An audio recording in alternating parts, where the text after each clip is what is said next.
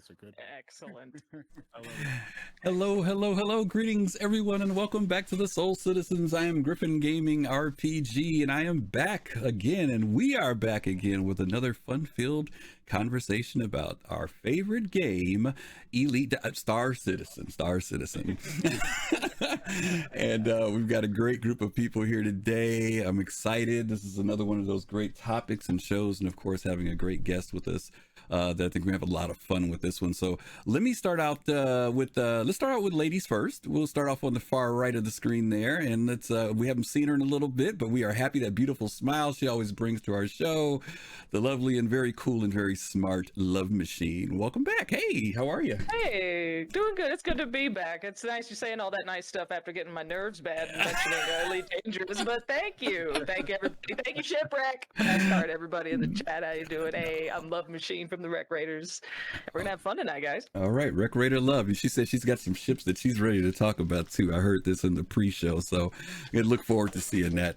Next to me is the man himself, named after, I don't know if you're named after Batman or you just decided to take that name on, but Dark Knight 75. Part of it. Is part of it? Okay. I've never asked you what the lore is on your name, but okay, very cool. Yeah, how are you, man? Part of it. Pretty good. We had a fun weekend doing some Xeno threats, so it's been exciting. Yeah. Friday nights, right? We have our Friday night fun. Friday nights, if you all want to come join us some Friday nights, usually about 9 o'clock Central, Eastern, 8 Central, 8 Central. I don't know. We've been kind of fluxing the time. It depends on who's around. In our Discord, and we're there and going in and having some fun. But last night was great. Absolutely. And last but not, and definitely not least, there's a special guest here. Now, I saw this guy not too long ago. I didn't know that he had been following us, but I started following him. I saw him, and this is another one of those situations, Love Machine, you got something in common with Abdi, and it's the fact that I saw him on Paul's show as well. That's how I got Love Machine, Abdi. I saw her on there talking about the Atmo race sports coming up with the Wreck Raiders, and I was like, oh, who is this smart, intelligent woman? Let me find out who she is. So Paul referenced me to her, and then I happened to see you also on the Astro Pub show as well. So we've got AbdiYohan, who's been hanging out with us for a while, but man, we are happy to have you here today. I'm happy to be here. Thanks for having me. Yeah, my name is AbdiYohan. I go by AbdiYohan on Twitch, on Twitter, on all the things. I'm a graphic designer, illustrator, and I stream my illustration work and Star Citizen on Thursdays, maybe. I don't know. I'm thinking about changing that up because Soul Talk is on Thursday. I'm like, oh, I can't double time that. That's so I'll be working out the schedule a little bit, but you can catch me at AbdiYohan on all the places. But so happy to be here. And I was on that show with Fast Cart on Astro Pub's show, and that was super fun. That was a good time. So happy to be here. Good, man. Well, we're happy to have you here with us today. And like I said, we've got a full show of stuff to talk about today. But as you guys saw the title of this show, you see the graphic that's on the screen. This might be before Love Machine's time, but no, Love Machine's gonna know what that is. You know what that's from, right? Love Machine, the graphic. What is this? Some old movie I haven't seen? Or oh something? my God! See, look at that. See how she made me an old man, Dark Knight. You see how she does me.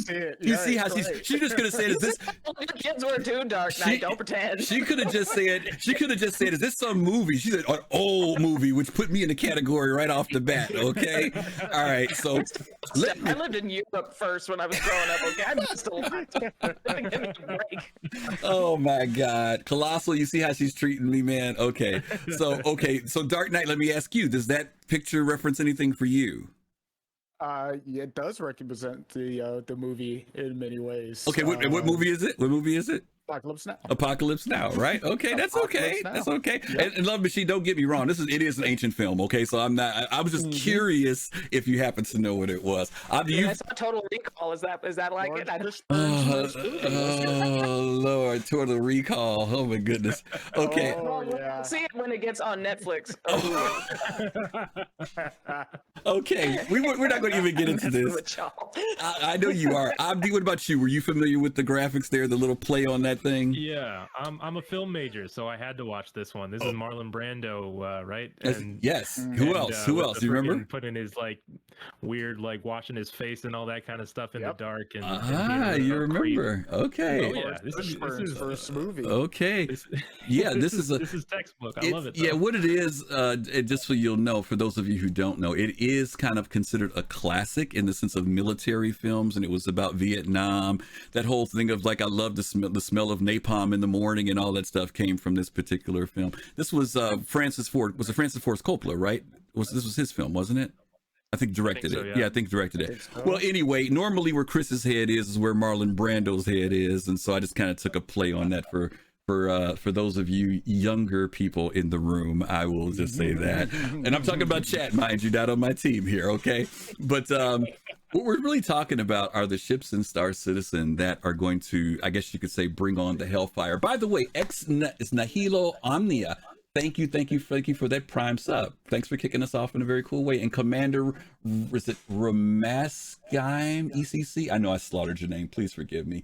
And Jamitus17, thank you guys also for the follow. Robin, thank you for the raid too, by the way. Thank you for that. So we're talking about the ships that are supposed to really bring down or rain down hell on players in the game. Now, most of these ships are going to be ships that, yeah, they do fly in space, but we're really also talking about a lot of what could be in the level of ground attacks or ground operations. So we're going to be kind of pushing those ships through the conversation today. So let me start out with one of the very first ones. I know Love Machine is itching to get on this one because it's one of my favorites too. And that's we're going to talk about Aegis first. We're kind of going to use alphabetical as far as the manufacturers go. But we're going to talk about the Eclipse. One of those ships that really didn't see a lot of gameplay other than for people who love the ship. But then once Xeno came in, you started seeing people kind of breaking this thing out, right, Love Machine? People started breaking out their Eclipses. Did you break out your Eclipse? I would say in the first Xeno threat they did, now with turret supremacy, we're seeing a lot more retaliators in the field, but that doesn't stop the Eclipse from being my favorite triangle out of all the ships that are triangle shaped. This one's the best. Okay, your favorite triangle. I like that. I like that. Okay, well, you got the arrow, you got several other ones, but of all the polygons, this is the one, huh? This is the most extreme. Okay, let's take a quick look at the trailer for it. Okay.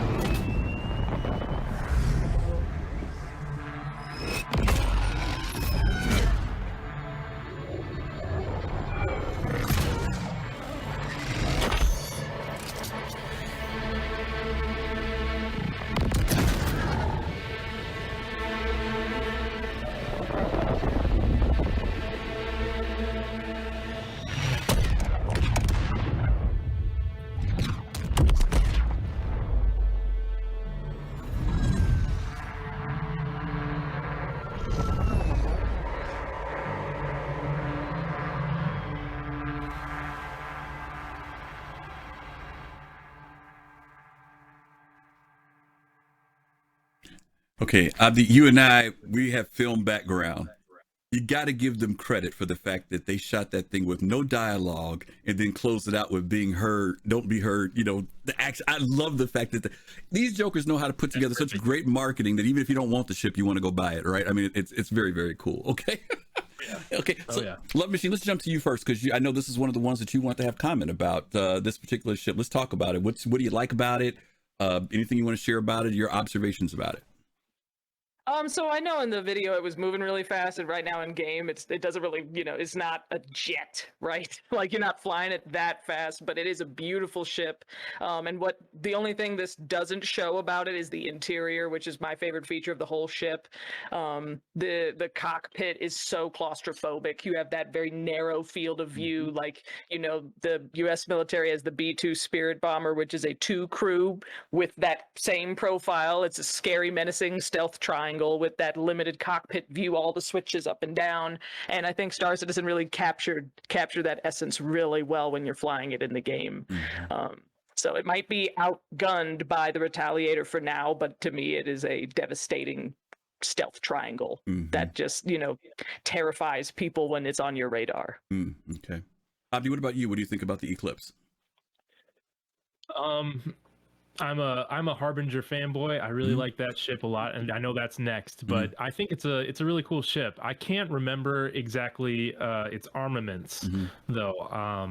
I know it's kind of like it's not a multi-crew ship at all, right? Right. No, it's single, which is the only thing that sucks, because the B2 in real life is a 2 crew, so I kind of hoped this thing would be 2 crew, but it's a solo. Yeah, I think that's cool. I think that if giving people a range of gameplay from solo to extremely multi-crew is always a good thing. Like Harbinger's 2, Eclipse is 1. You got Tally with 3, and then you have all the other ones. So like I feel like it's good to give people a range, and Star Citizen is pretty decent at doing that. So it's not my cup of tea. But I think it's cool. I think it gives people that range. Okay. DK, what about you? I love the Eclipse. Like when I first saw that ship existed, I was like, I want to have it, and I'm still looking to work up towards it in game. And I'm almost there now with Xenothreat making so much money out there with that. So that and the Saber are 2 of my favorite ships. I have no use for them because I'm not a combat pilot. I just want them. That's pretty much it. I just want them. But I love the shape of that ship, and like Love was saying, the cockpit feel. It just feels like you're getting into something special every time that windscreen closes and you're tied in there, and it's like, wow, it just feels so good. Yeah. I agree. There's several things I could say about this ship. One of them being, by the way, there's size 9s, 3 size 9s on this ship. If there was something I want to do on a military level in game, I'm not into the combat piloting and stuff like that. I want to be a bomber. I want to be in a bomber squad. That's my thing. And to Love Machine's point, to see a squad of these, 4, 6, 8 of these flying in tandem together, dropping, hitting some target, to me is like the thing to do. Get in, get out. I love the fact that it does have some maneuverability to it, but again, what we saw in this trailer was this whole low flying, get in, strike, and get out. And that, to me, that's the thing that I'm really cool about. I remember when they started the campaign for the Eclipse, and some of you might remember this, that all they did was put out this recon photo, that all we could see was that there was somebody who taken a photograph outside of what looked like a hangar or airport, and we saw something off in the distance. Then a little bit later, they came back and we saw something that was shrouded with this cover, right? And I love that whole idea of, the whole Area 51's hidden tech kind of thing that they pushed with this ship. That's good marketing. And the brochure is. Yes. If people in chat haven't seen the brochure is one of their most magnificent brochures. It is. It's amazing. And so just the way they unveiled this ship to me, and I'm a big B1, B2 stealth person anyway, so I was just so excited. So I can't, like a lot of the ships that we're going to talk about, I couldn't wait till stealth gets implemented in a way. I really want to see how CIG is going to make stealth, meaningful and something that people need to fear. You need to be afraid. And also what will be the counters to that in the game as well. So yeah, definitely one of my favorite ships. If you're into the whole bombing thing, take a look at it. Let's go ahead and jump into the next one there. And I know Abdi said this is his favorite. He told us before the show that this is like his mainstay ship. And we'll have a conversation about this one, because I was a little brokenhearted about this, Abdi, and I'll tell you why after we get through taking a look at it. Okay. And this is kind of a mashup trailer. So there's going to be a little bit of the anniversary thing in here, and then it's going to be kind of a cut. So just kind of understand that's why the video might be kind of janky, okay? The Vanguard series remains an industry standard in long-range fighters. The 2949 models sport vintage-inspired throwbacky exteriors, improved and expanded interior cabins, and of course, a lot of weapons. And if huge ballistic repeaters and a plethora of missiles aren't enough... So the difference between the Sentinel and the Harbinger, mainly visible on the interior. Here we have the new Harbinger torpedo room. One of the biggest appeals of the Vanguard Harbinger is being able to watch the torpedoes launch. I think I've seen online some of the fans are quite eager to watch that. And the Sentinel and the Harbinger should prove quite fun variants of the Vanguard. One thing that's still going to change about the Vanguard Harbinger is obviously where these torpedoes are going to get fired from. There'll be a hatch underneath the ship, so you can see the torpedo go from inside the ship to firing away. The mechanism will be completely viewable. Hopefully you'll get as much fun from playing these things as I have from making them. So we look forward to showing the finished off paint schemes in the future. The Vanguard series remains an industry standard. Let me mute that so we don't have to hear that again. All right, Abdi, talk to us about that ship. That's one of your mainstays. Let's get your thoughts on it. Okay, so there's a little bit of a difference between 313 Harbinger and 314 Harbinger. But I am not opposed to the changes that they made. The Harbinger used to be kind of like a every fighter ship.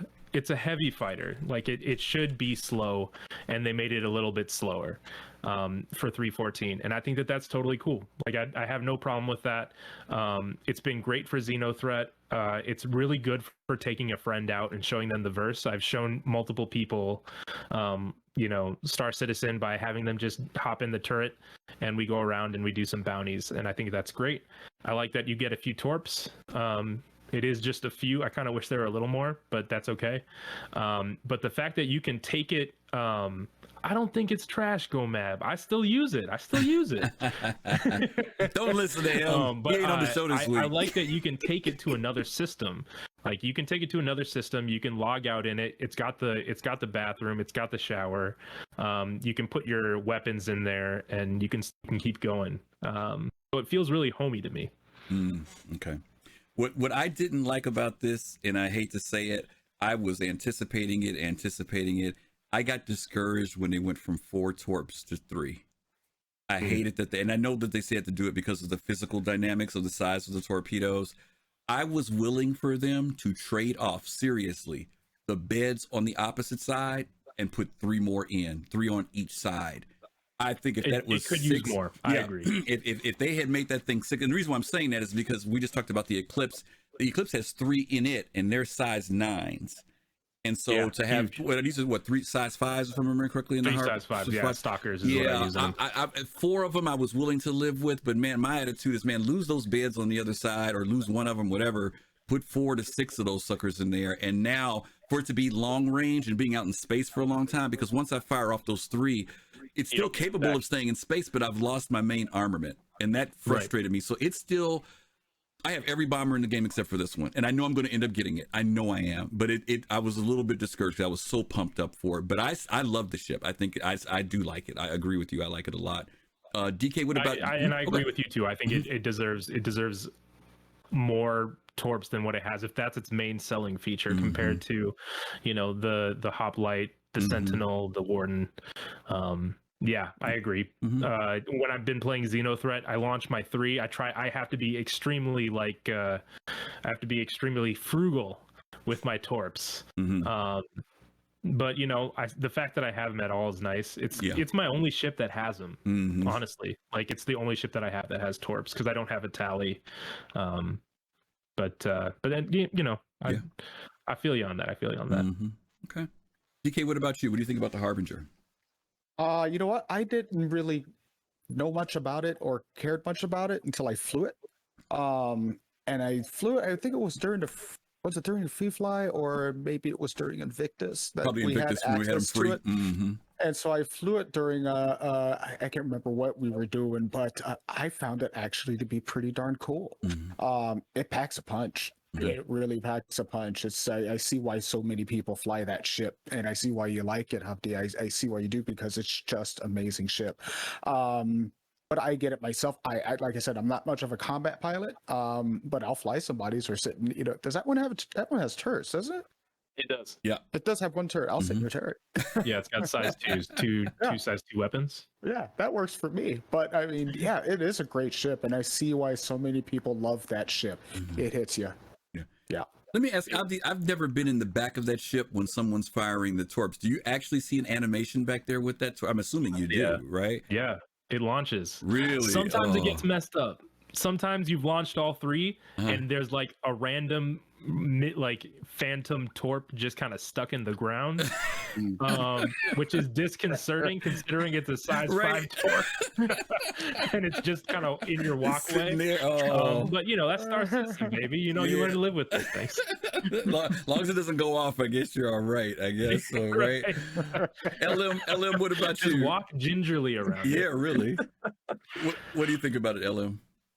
I don't see the Vanguards too often, but they're pretty dependable in terms of, they're great fighters. You can take people around their longer range. My biggest feature on all of them, I honestly can't tell any of them apart from each other. I'm not an expert on these, but my favorite feature of all the Vanguard series is the wheels. The wheels work, y'all. You can have the rolling takeoff, the rolling landing. It's like it's amazing. The thing they denied the Titan, they put on the Vanguards, and hopefully they'll fix it on the Titan one day. But it's a pretty sweet feature. It's so funny you bring that up because if you watch Zero State is one of the streamers that got me into Star Citizen, back into Star Citizen back in the day. He hates those wheels. He's like, what am I supposed to do with these wheels? They don't do anything. And I'm like, someday, someday, right now, no. A drop ship, you don't want to fly in and skid. Like, no. No. I have no problem with it, but he's funny. Just like, what are those wheels doing for me? Yeah. They're rolling, keep rolling. Like what? I keep hearing people talk about that for those ships, but there is a practical use to them. I mean, if those of you who have ever seen a Harrier, a Harrier can take off with VTOL, but they'll roll that thing from time to time depending on where they're at. So it's just a matter of what the need is, Interesting. Okay. Let's move into the sister or brother of this one, which is the Hoplite. Now, I don't have any great video about the Hoplite because they don't have anything great out there about it, but I do want to talk about it a little bit. So we're going to cut to that video. It's going to do that same weird janky thing again. Then there'll be some images. Okay. All right, and we can just kind of talk about this a little bit. I've wrestled with the Hoplite because, if I'm remembering correctly, and I don't remember which one came out first, but I remember this whole thing about drop ships, right? Remember the Redeemer was originally sold as being a drop ship, right? Then we heard about this ship, and the thing that frustrated me about the Hoplite was, and maybe I'm wrong, so maybe those of you all who are in chat, if you're in the military, you can share some knowledge, dish some knowledge on me, because I'm ignorant on this subject.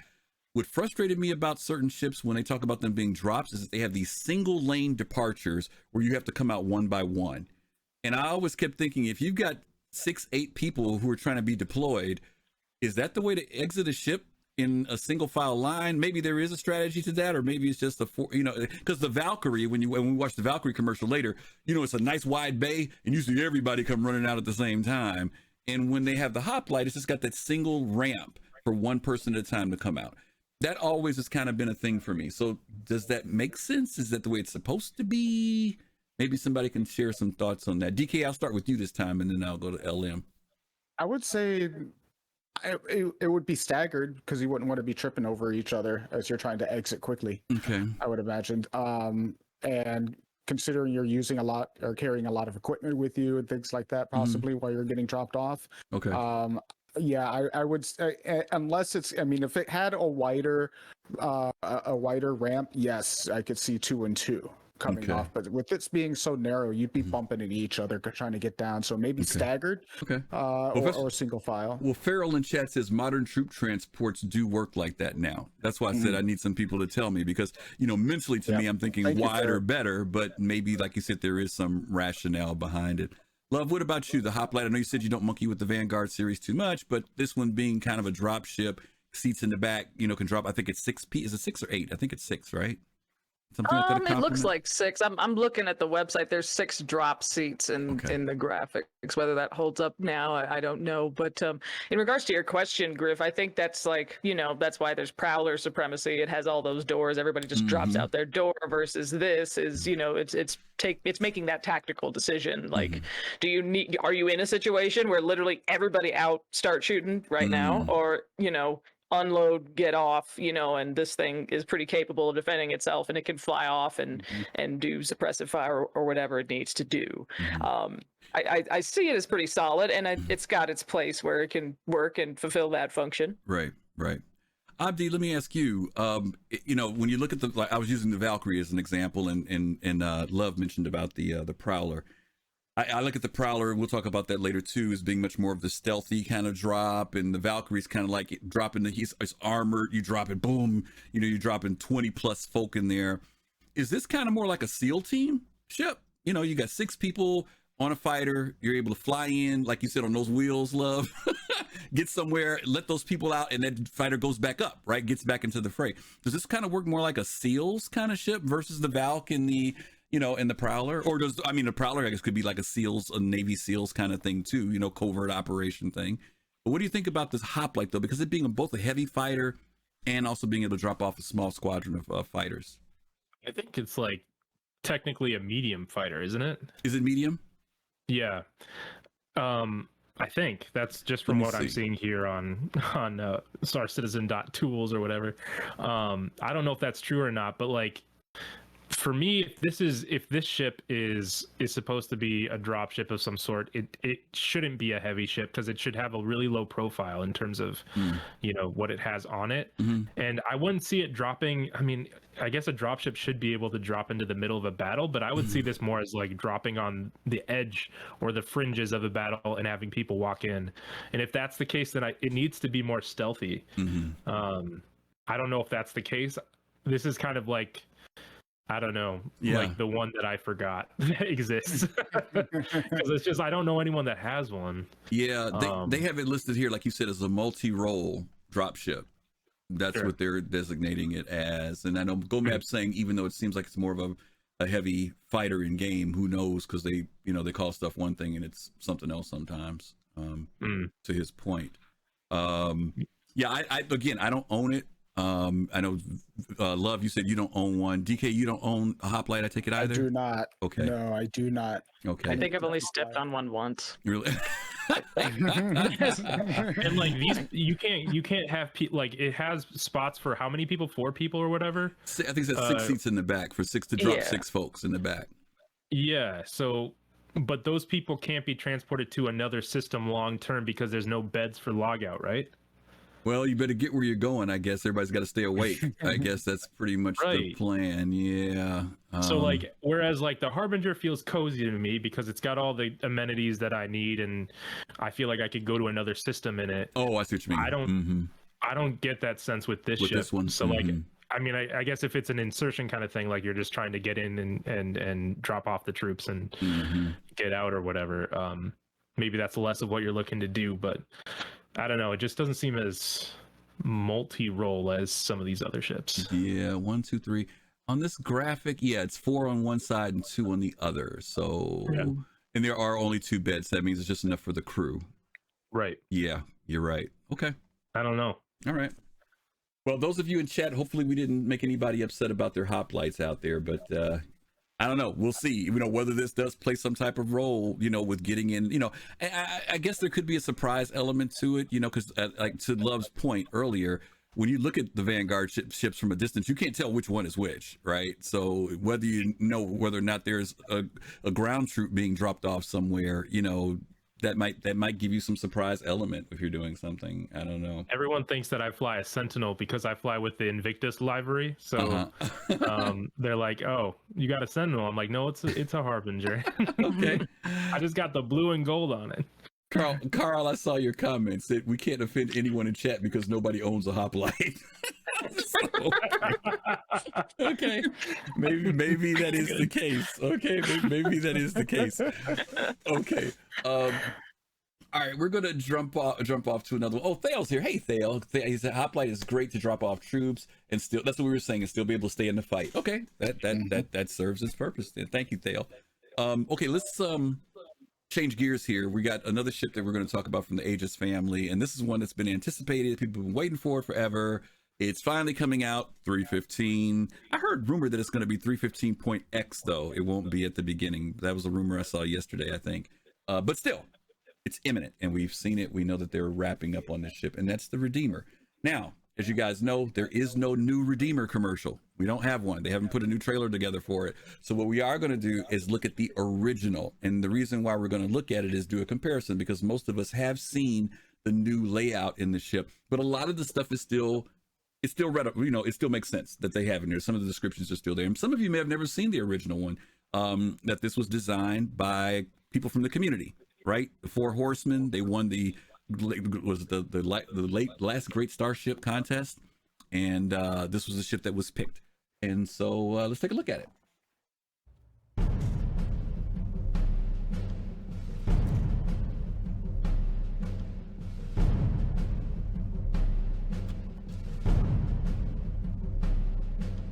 This is the Aegis Dynamics Redeemer-class gunship.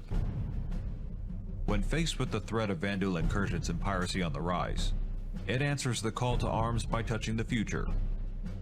Combining advancements in shielding and engine technology, the Redeemer provides an attack platform that is second to none.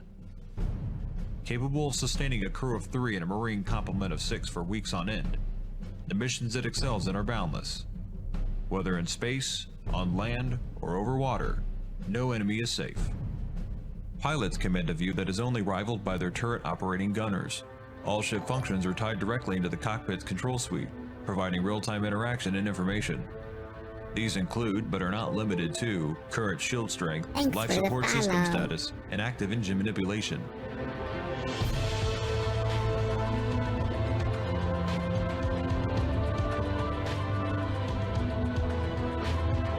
Engineering allows for the crew to make many repairs internally, thus avoiding risky external attempts in rough or hostile conditions.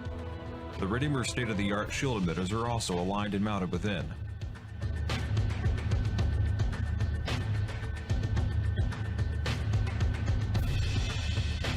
The interior as a whole has been designed to maximize combat effectiveness through space available to the gunship's crew and passengers. As missions and tasks vary, essentials necessary for long-haul excursions come standard.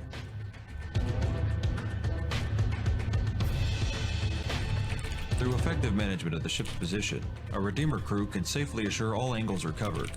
Pilot skill and gunner aim is rewarded greatly with devastating firepower. Maintenance routines for vector lock engines are incredibly quick and efficient. While in possession of the right tools and equipment, a highly automated arresting gear system allows for engine release and reattachment to be performed by a single qualified UEE mechanic.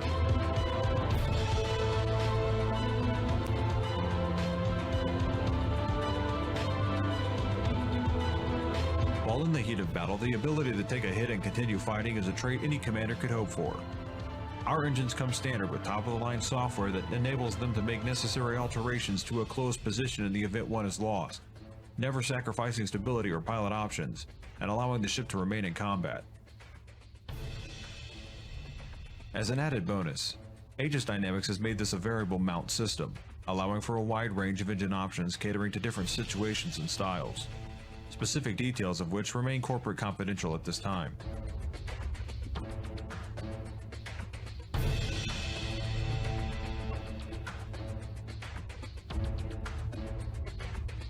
As proven by many ships still in service today, our company strives to build a vessel that will withstand the test of time. While the Redeemer may be a departure from the standard designs of today, it remains rooted in our core principles of reliability, efficiency, and versatility. No matter the location, the time, or how dire the situation, the Redeemer will be there, protecting the ones you love and hold dear.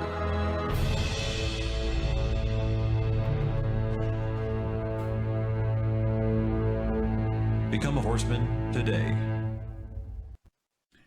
I love Thail's assessment of it. He said this video was full of techno babble, which is very true. I love the fact that they said that those the Jade likes to call them the flat irons, and some people call them the nutcrackers. But they said, oh, it's a corporate secret. I'm like, yeah, they couldn't figure out what to make of them, so that's it, right? All right, let me go to Abdi on this one first. Give me your thoughts about the Redeemer. Of course, this is, again, we know this is the older video gang, but again, there is still some design stuff that reflects the current ship, but we can talk a little bit about it. What they've done is, where before this ship was supposed to be both a dropship gunship, they have made it exclusively a gunship now, and they have definitely raised the firepower up on it. It is a formidable ship now. I think it's got two size, what's it, 5.6 size 6s. It's like those two big guns on it are big guns, the one on the top and bottom, and then there's like a host of other guns on this thing. So Abdi, talk a little bit about the Redeemer. What are your thoughts on it? I mean, like, when I think of the design of a ship, I always think of like what does its profile look like? Mm-hmm.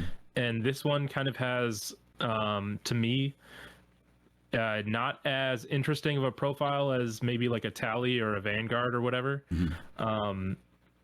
But if you look at what it actually does, it seems pretty powerful. I mean, mm-hmm. Like having all those turrets, having the ability to drop off people, the armaments.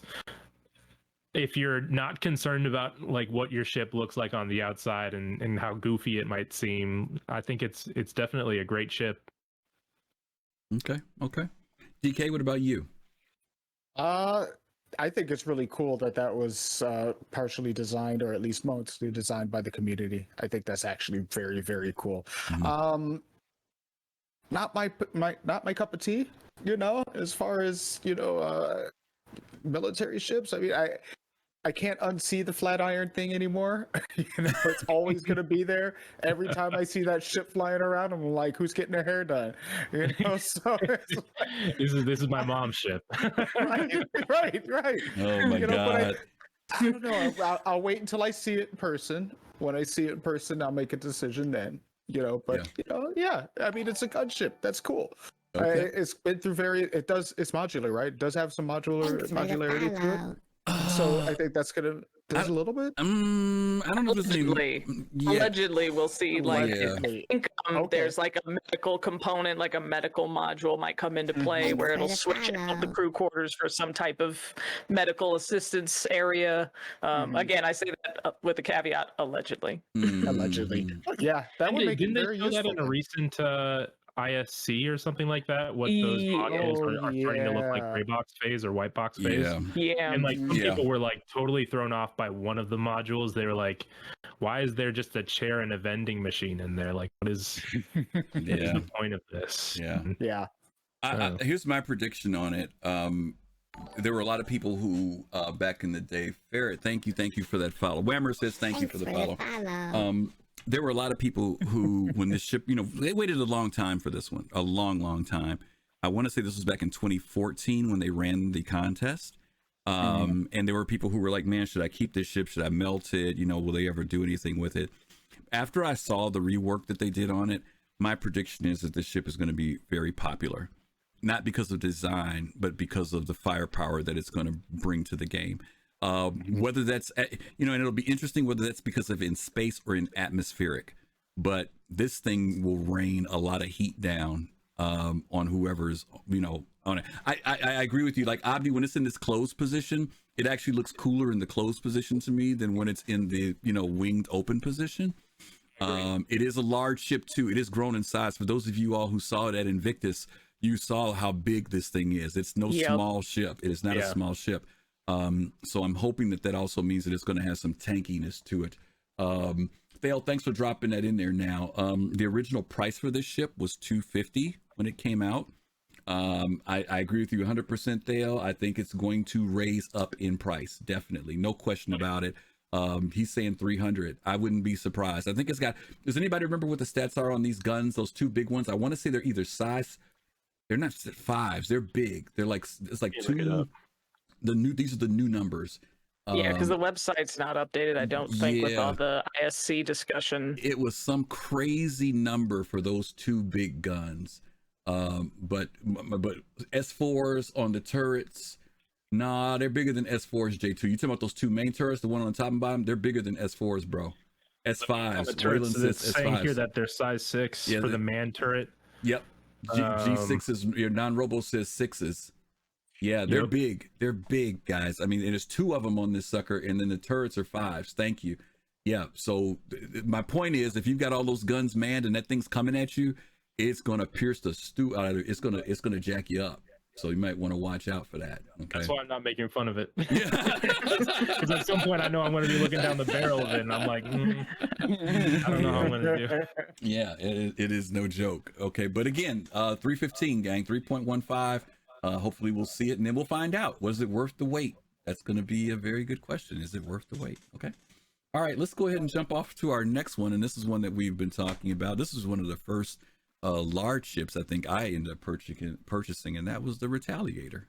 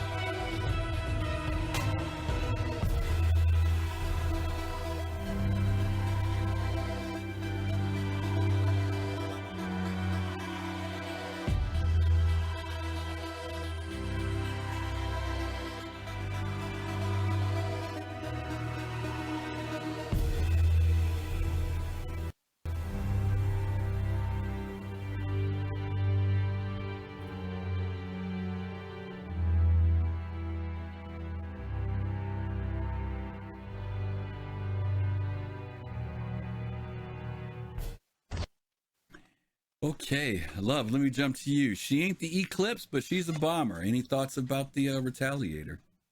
It's funny you mentioned the Eclipse because as I look at the images on the website, so the front half of the Retaliator has the same air intakes as the Eclipse does, those hollowed like honeycombs. And then if you, with the overhead view, you can see that the back is basically a saber. So I can't help but think it's an Eclipse and a saber with a tube in the middle. And somehow, because I'm always in the Eclipse during Xeno, like while my org mates are in the tally, like I still actually haven't been inside one. So this video is great to show the interior, even though I'm sure it's a little bit dated. But it looks cool. I know it's pretty solid in combat. Yeah, thing's pretty awesome, and it's got a neat that swoop where it's got the snatched waist in the middle of the ship there. It's a pretty cool shape. Mm-hmm. Dark Knight, have you flown the Retaliator? If so, what have you done? You done turrets? You done piloting? What have you done if you've flown in it? Turrets. Yeah, I haven't flown the ship itself, but turrets, I've done the turrets on there. A little confusing to get around for if you're a first timer trying to find where everything is and don't realize that the turrets are in the floor, not necessarily out right in front of you. So you can walk on top of them every time you're running around the ship. But I got a couple size 9s for you. Okay. Somebody have a problem? Hey. Yeah. That thing does put a it does scare you a little bit when it's coming at you, right, and it's got a lock on you. So it's it is heavy. It is great in combat, like Love Machine said. Very, very. I've seen it out there in Xeno. Lots of them. We've used it in Xeno. So yeah, great ship. Fun to fly around in. Yeah. Now, Abdi, this ship has it's a Dark Knight's point. There's 1, 2, 3, 4, 5 turrets, if I'm remembering correctly, on this ship. Am I counting right? 1 port, 1 starboard, 1 back on the tail on the underground. Then there's the 1 behind the pilot, and then 1 upstairs where the beds are, right? So that's a pretty big crew, of folks that are handling stuff on the ship, and then you've got the pilot.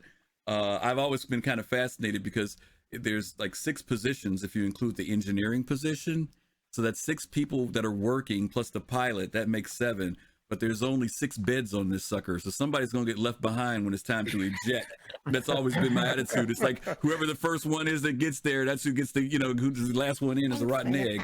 All right. But Abdi, what do you think about the Retaliator? And and let me throw this at you too. They're doing a rework on this, right? They said that they were going to expand the hallways to allow for what do they call them? NPCs, I guess some type of integration with that. It's moving it to gold standard. The cargo pods are coming out. Let's talk a little bit about that also with the ship. Yeah, the elevator is also, there's 2 elevators on it right now, and they're bringing that down to 1, and they're expanding the size of it, which I think is a good idea. My first time in this ship was actually a week ago playing Xenothreat with Soul Citizens. I think it was Gomab's Tally.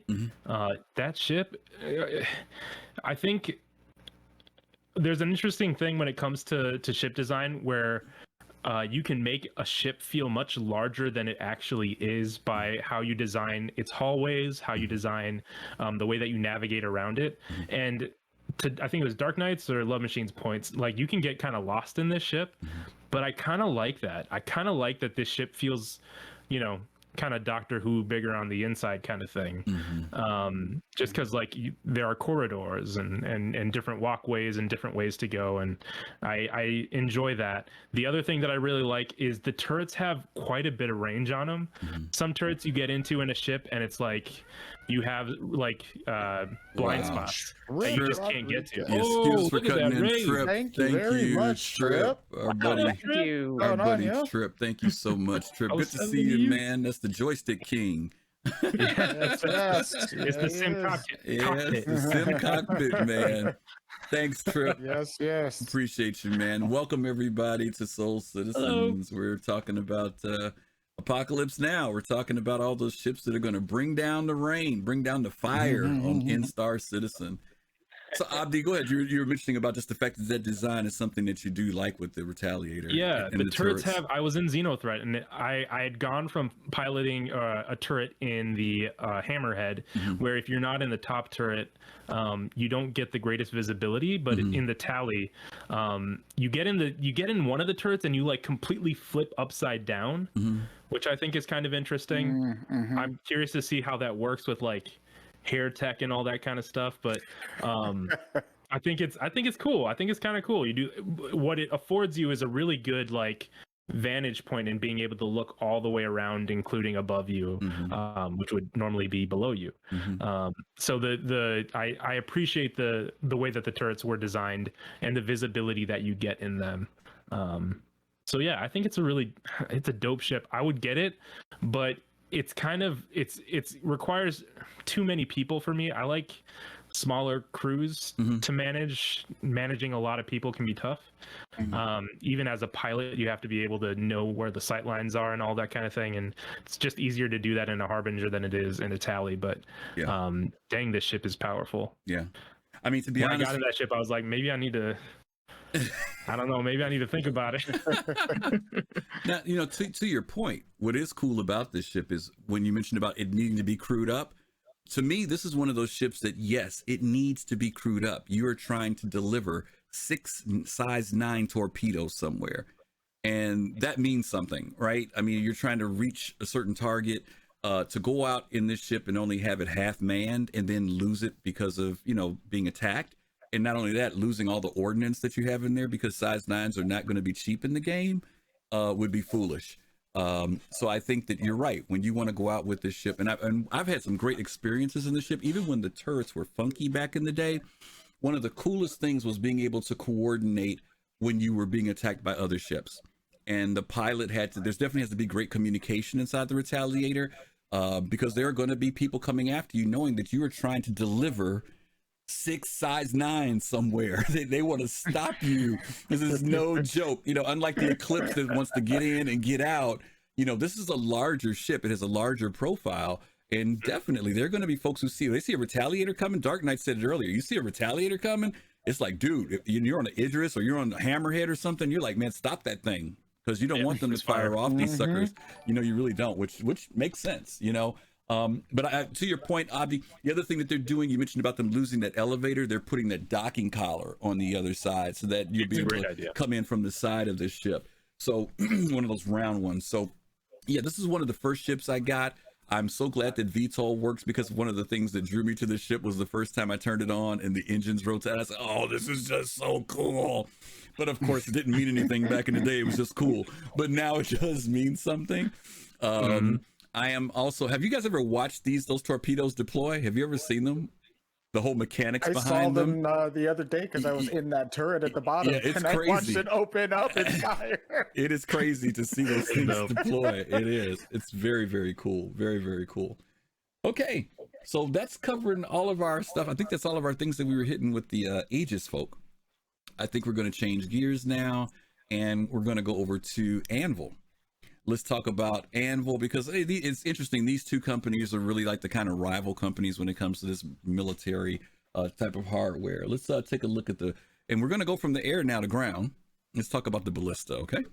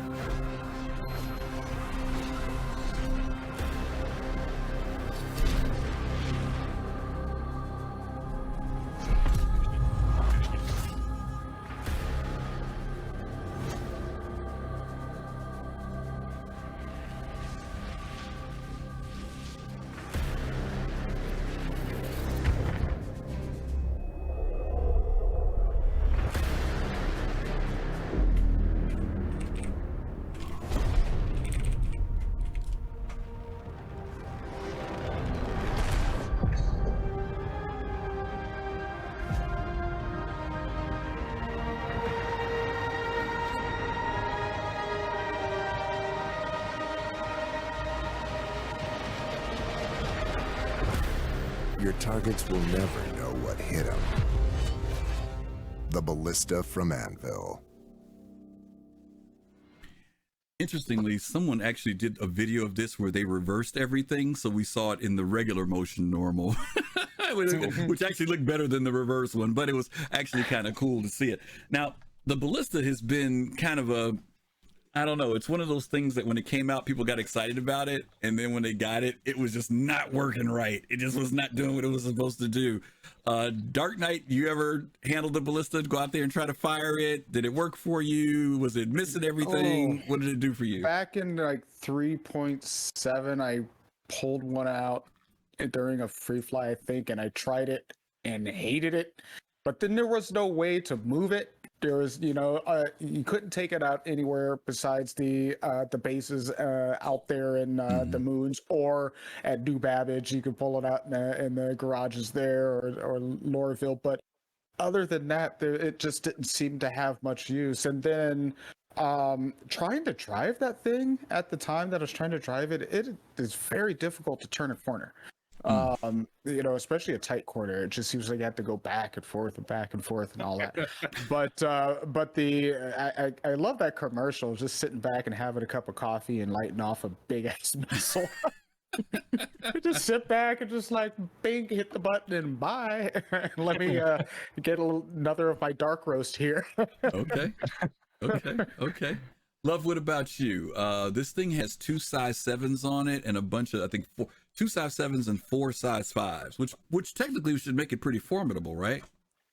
If it works. So like Jade's talking about in chat, it was months ago now, but we did that anti-air play session with the Soul Citizens where we entrenched on Daymar, and if the missiles worked correctly, because they didn't, because I was in the ballista and I was trying to fire the missiles and they just deployed off grid, flew curly cues and didn't hit anything in the air, and not to mention, like Dark Knight's talking about, you had to exclusively have an 890 jump to move it before the C2s existed, and then there was a while you couldn't even spawn it anywhere. It was just broken. So I know it's definitely not anybody's favorite, no one's trying to get it in the ship showdown this year, but I don't think it'll be useless in the future, once the missiles at least work correctly, and once we see more of stealth and how signatures are going to work as a vehicle, it'll be really hard to see, and if it's entrenched in the mountains, it'll be really hard to hit, if you're a fighter trying to dodge the missiles and the turret on top. So I think it's slept on for now. It just needs some TLC before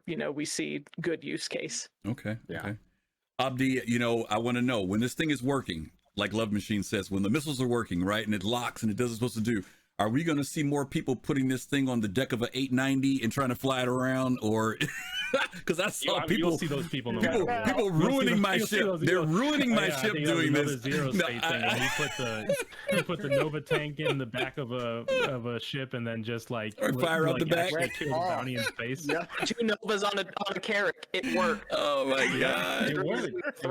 Oh my people god! do all sorts of things. I know they do. It must be fun to be a dev and to see just the ways that people break your game. It's wonderful. I know they do. But in all seriousness, I mean, what happens when this? I mean, do you see this as being something formidable? And I get, and matter of fact, has anybody? And I hate to say this because I haven't even tried everything in 3.14 yet. Has anybody tried the new missile locking system and see if this has gotten better? Is it worse? Because I haven't had time. Anybody in chat? If any of you guys in chat have had a chance to do it, let us know if it's still funky or whether it's better or whatever. Okay, Jade, I hear you. We need it for science. We need to try it. I agree. Yeah, we do. Okay. What were you going to say, Abdi, about this vehicle? Go ahead. I'm sorry. Oh, no, it's one of those things where it's not just about fixing the ship, it's fixing the gameplay. Like Dark Knight was saying, you can take it out on a couple of moons or whatever, or do if you want to do a mission where you're trying to infiltrate a base or whatever. But until we see planetary nav mesh with AIs roaming the ground of planets, like environments on planets, not just in bases. I just don't know if there's just going to be much gameplay to support this, other than orgs launching really cool events, which is, I'm in a Garden Interstellar Initiative, and we've done things with ballistas as well, and it's fun. But it would be nice to see the game supported a little more. Yeah, agreed. Admiral Pitts and Retro Style, thank you guys for the follow. We saw you when you came in. Thank you all. I'm gonna tell you what I'm looking forward to. They've talked about moving these missiles into being able to do dumbfire with them, so that they're not just air to air, but we can start using them as, for targets on the ground. And it'll be really cool to see if later on they incorporate things such as, we got another raid going here. Ronico, thank you, Ronico, for the raid of 10. Welcome. Yes. Thank you so much. Thank you. Thank you. It would be really cool to see whether or not they'll even allow us to start doing things where people can laser tag stuff and use the ballista from that means. Because that reminds me of like Battlefield Bad Company or something, where you put the little, you like shoot the little tracker onto the thing, and someone else shoots and it like fires onto it or something. Absolutely, absolutely. Yes, I'm looking forward to that. I hope that is something that we see. MX Spivol was a Civ Pool. Thank you for the follow, and Ronico, thank you for the follow. Faith, how's you it know going? who it is. Thanks for subscribing to Soul Citizens. Thank you. Yes, That's thank an AbdiYohan friend of the channel. Very cool. Well, welcome. Yeah, so we see there's potential with the ballista. We may not see it there yet, but again, 2 size 7s, size 5s. Now, I will share a story with you. Colossal, I don't know if you're in chat. If you are, just type your name and let us know you're here, but I want to make sure I'm telling the right information. Colossal and one of our other buddies, a couple of our other buddies went out one day with the ballista and did some testing with it. They were hitting stuff. Colossal, what was the range you were hitting people at? Was it 12 kilometers out? 10 kilometers out? Oh, man. What was it you said that you all were in the ballista and you all were hitting things? Let's see. There's a delay, so he'll get it in a second. But it was some crazy number that they were tagging stuff, though, right? Like if you're on the ground, you need to be able to see a ship before, or be able to reach a ship before it gets too tight into you. Absolutely. You can't maneuver the same way. Okay, there it goes. He said it was somewhere between 8 and 10 kilometers that they were nailing folks with a ballista. Now that's serious, because most pilots, our range doesn't even detect stuff that far out, 10K out. Right. So that means if somebody's got some ballista set up, like you said, Love, in the mountains or someplace like that, and you come flying in, and all of a sudden that red light goes off on your dash. Hey, it is what it is, right? Deploy countermeasures. Oh yeah, he says they recorded it. Maybe we'll get a chance to show the video then, because he said they recorded it. But I know he told me they were really surprised that they tagged stuff out that far out with a ballista. So we'll see. Panther said, "Get off my lawn." Okay. All right. Okay, we're still in the Anvil family. We don't have any video, of course, and this is a shame because this is one of the oldest fighters in the game, but there's never was any video that was put out for the Anvil Gladiator. Interestingly enough, this ship also needs to get some love, but those people who have flown it, they swear by it. They say this thing is a deadly fighter. It's loaded with tons of ordnance. It can do a lot of damage. Do any of you guys have a Gladiator? Any of you ever flown a Gladiator? No. I know, but I've been interested in it. Every time I go on the website and I'm like looking at ships or whatever, because I really shouldn't be doing that, but every time I do, it's just like that Gladiator. It seems like it's in such a nice little niche of its own, and I just kind of wish that, I don't know. Mm-hmm. It does need a little bit of love, doesn't it? Oh yeah, it's definitely an older ship. Trip is saying that it's super slow. Last time he had a chance to fly it, I haven't flown it in a little while.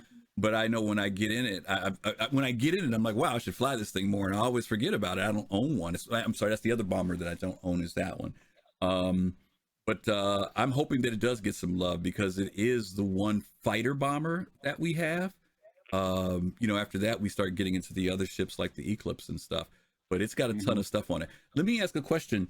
And just so you all will know, the reason why we're talking about this ship in particular, and many of the other ships that are here, many of these ships have torpedoes on them, but as you all know, CIG is about to implement bombing, and many of these ships are called bombers. So I'm curious as to what you think about these ships now being able to drop bombs versus just dealing with, from a torpedo and missile perspective. Let me go to Love Machine on that. What are your feelings? Because I know did you see the ISC a few weeks ago? I don't know if you got a chance to see. Yeah, when they showed them and they were doing the testing. What do you think about that?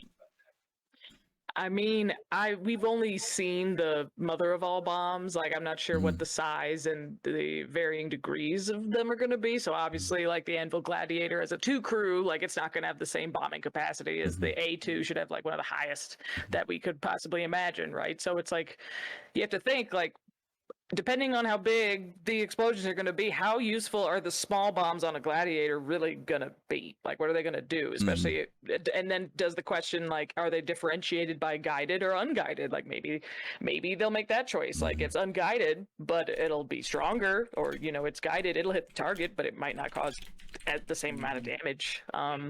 So it's something, it's like, to me, because I've never flown this, or I'm just looking at this now, it's like, well, why not just have a Super Hornet as the fighter? It's just 2-seat with the turret, and then just have a big old bomber that actually has a lot of bombs and can do a lot of damage.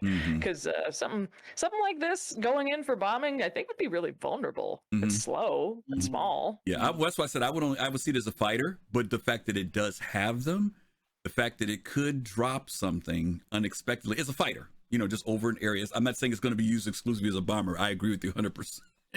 But the fact that it has torpedoes, bombs, it's got everything on it. This one thing has a bunch of stuff on it. There's a lot of different ordnance on it. It'd just be really interesting to see. And I'm also kind of curious as to whether or not, they kind of showed, when they gave us the test, they said all they did was cut off the igniters so that the torps and stuff wouldn't fly. I am kind of curious to see. Right. I'm kind of curious to see how this does later on when it comes to, are you putting on torpedoes? Are you putting on bombs? Or are you defaulting? Are you shutting something off so that it works as a bomb? I don't know. We'll see what they end up coming up with. By the way, Colossal put in chat, I'm running that link again. I just put it there again. If you want to see that video with the ballista where they did that 8K 10-kilometer test with it, there's the video for you guys. Okay. And then I think my other question is, so if the second seat's the turret seat, is that person also going to have to split their attention to, all right, we're going to drop ordnance. I need to click these buttons to make sure it's this ordnance. Like, I wonder on a ship with only 2 crew, like that might get a little complicated. Yeah. Well, you know what? We know that they've said that they want to allow MFDs to be assignable. So maybe it'll be just that situation if you want to pass it off to that other person, and if the pilot wants to keep, maintain it, you have that option, so it's not like hardwired in, but that's a real good point. Okay, Abdi, what do you, did I ask you about the Gladiator already? I'm blacking out here. I think you did, yeah. I did. Okay, and Dark Knight, did you talk about it? No, but I was just actually looking at Thaley. He was saying that Bombay could be converted for light transport. What? Okay. Yeah. In the Gladiator? That's cool. I think he was talking about the Gladiator. I don't know. He said, and replace the rear turret's laser cannon with a tractor beam, make it ideal craft for light salvage. Yeah. I mean, that would be cool. I mean, it would make use of the ship, and give it at least more of a role. Greater like you flexibility. said, love with with the being such a small. Thank you for the donation. Wow, thank you, Ronico. Thank you for that donation. Thank you very much. Awesome. But yeah, it's kind of too small to be like a bomber, and maybe it can go in and hit tiny targets, or maybe I don't know if it's trying to hit like a vehicle or something like that. Maybe, but I don't. It just doesn't seem like it has enough. And I think Jade had even mentioned it needs escorts, and maybe you mentioned it too, Love. It needs to have an escort or two to go along, because it's not a fighter.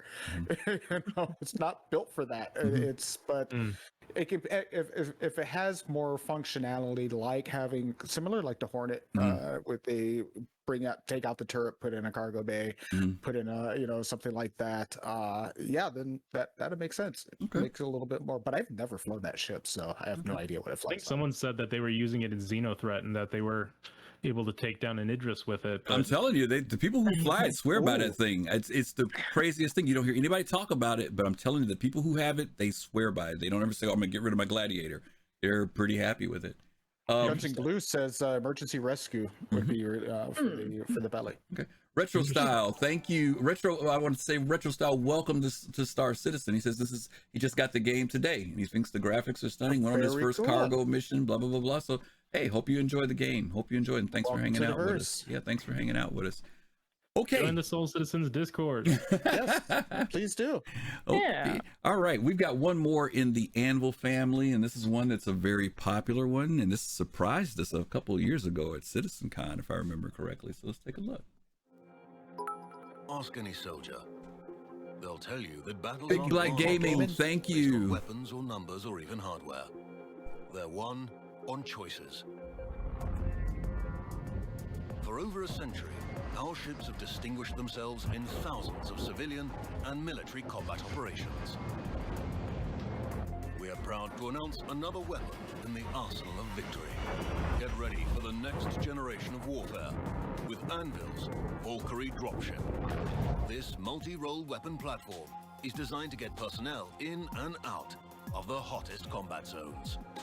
Featuring 4 powerful rotating thrusters with VTOL capabilities, the Valkyrie is capable of landing with surgical precision to deploy assets.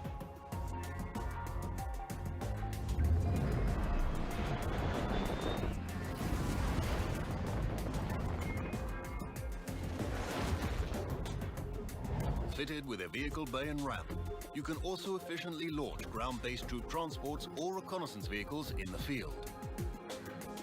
Each high-performance operator seat features rugged construction with added support to minimize G-force for up to 20 personnel, making sure that your fighting force arrives on site ready to jump into the fray. And don't think for a second that the Valkyrie can't hold its own in a fight. 2 remote turrets featuring size 3 hardpoints can provide suppressing fire during deployment. 2 additional manned turrets provide even more devastating fire to blur the line between dropship and gunship. In the days of antiquity, the Valkyrie were believed to choose which warriors may die in battle and which may live. With Anvil's Valkyrie, we put that choice in your hands.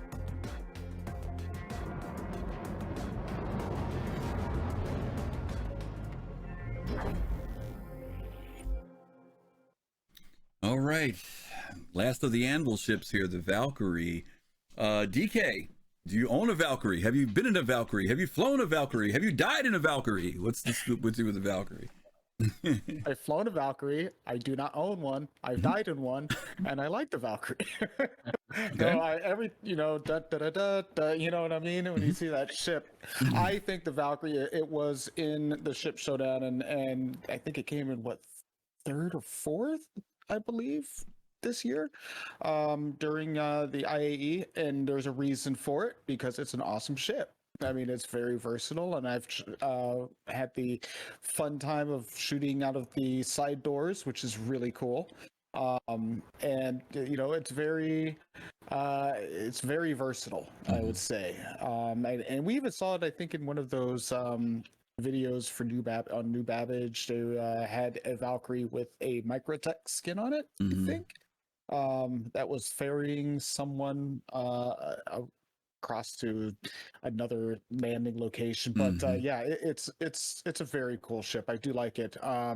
You know, if I was going to get that ship, I would get it in game. And oh, by the way, in game it's 4,400,000, which I need to start remembering it to mention some of the in-game prices for these ships, because you can get most of these in game people. I like that idea, Dark Knight. Yeah. Get it in game. Yeah. Save your money. Yeah. Abdi, what about you? What do you think about the Valkyrie? Any thoughts on it? This is a good org ship. Like if you're doing org events and stuff like that, where you're, you know, getting together with a bunch of people, dropping into, you know, take out a bunch of NPCs and FPS and all that kind of stuff, or just running org ops where, you know, you do opposing force kind of stuff. The Valkyrie is a great ship for that. I don't think they even mentioned the fact that it has those 2 gunners on the side in the doors now. I don't know if those work though. Yeah. Oh, they do. Yeah, they work. They do. They work now. Work. They do. Oh yeah. Yeah. So those are super cool. Yeah. It's a great ship. Yeah, I haven't flown it, but I've been in it. I've piloted the turret in it, or I've crewed the turret in it, and it's great. It's definitely, like someone was saying, this is the most Apocalypse Now of the ships that we're talking about. I think you look at this ship and you're like, you got Fortunate Son playing on in the back of your head or something like that. One of those, you know, like unfoldable, you know, like, that's played in the background when I'm looking at this ship, because it's definitely got that kind of Vietnam vibe to it. Yeah. Cool. Love, what about you? What do you think about it?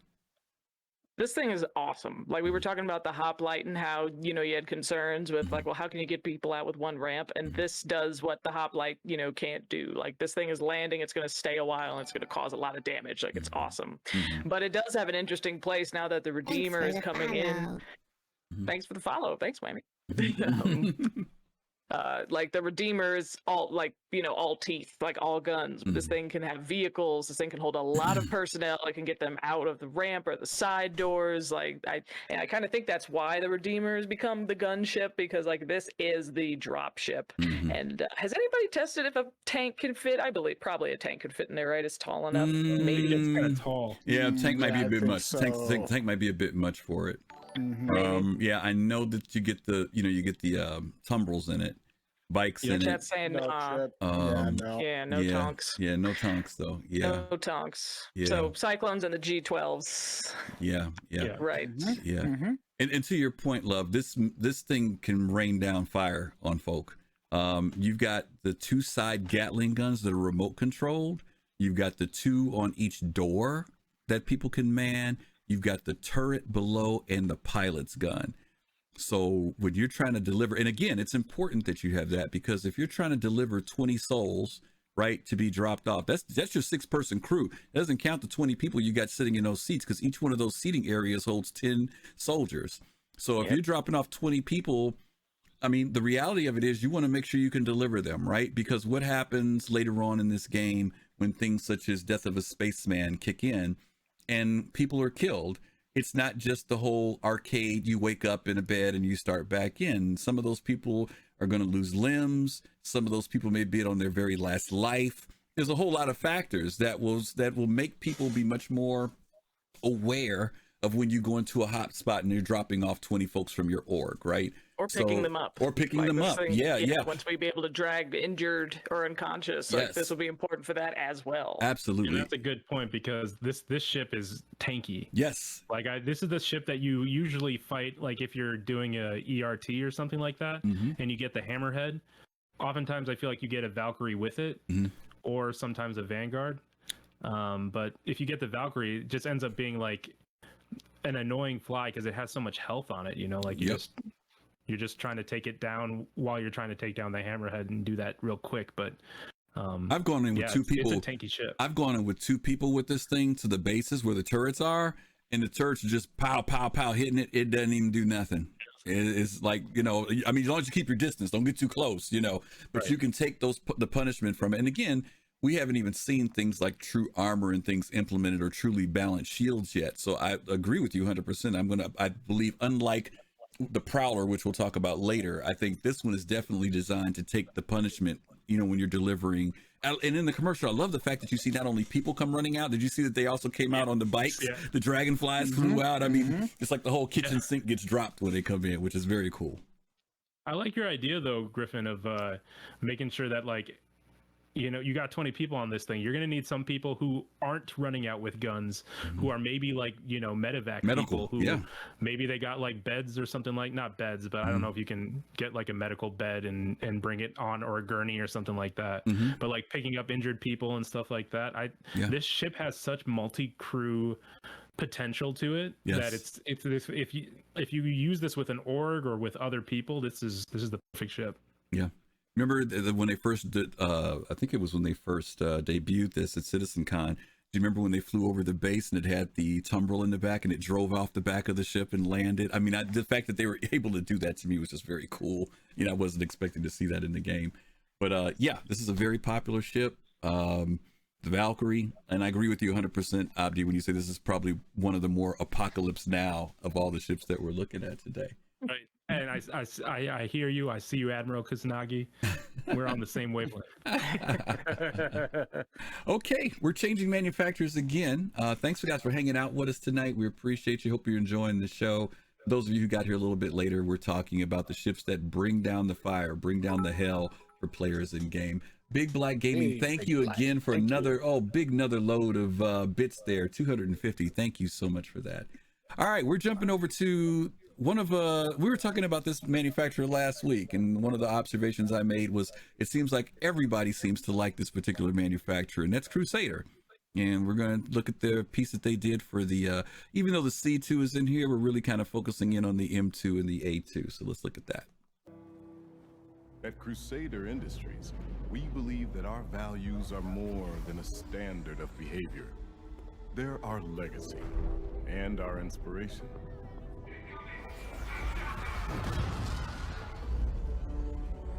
We don't defend them through sheer size or firepower alone.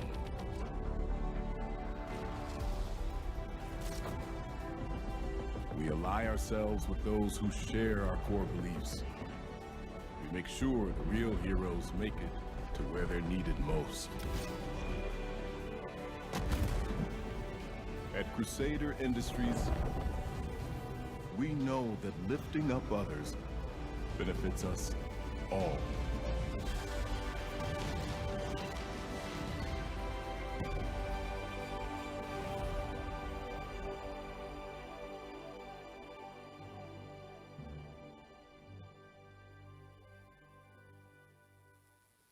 All right, Abdi, other than the great commercial, what's your thoughts about the M2 and the A2? They kind of highlight both of those in here. People were, someone told me to say, Fast Car told me to say, someone dumbfired that missile into the cliff right there. It's a beautiful ship. I like Crusader. I don't think it is everyone's cup of tea. I know Zero State, another Twitch streamer, not a big fan of Crusader and their style, but wow. And you know what? I just switched from a Mercury Star Runner to a Connie Andromeda.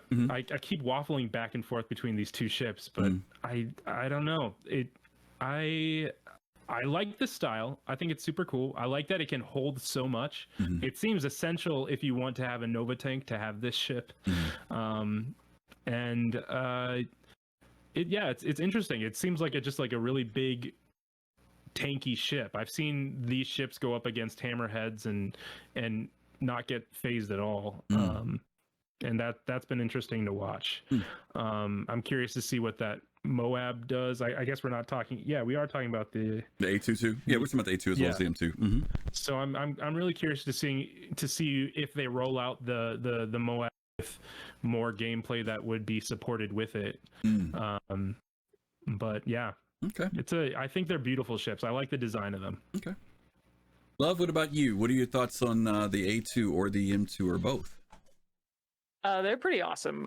Crusader is at this point one of my favorite ship designers, manufacturers, and the M2 is incredibly useful right now in the game. You know, the A2, we're waiting on that; it's almost there. But just so for a ship that large to need such few crew right now is pretty awesome. Like in comparison to something like the Retaliator, where you need to have so many crew, but the M2 is pretty powerful with only a minimum of 3 people, and the M2 has the drop seats, the gun racks, it's got the little armor. The armor holders, right? So you can, just like Batman, have your different suits of armor and the different displays.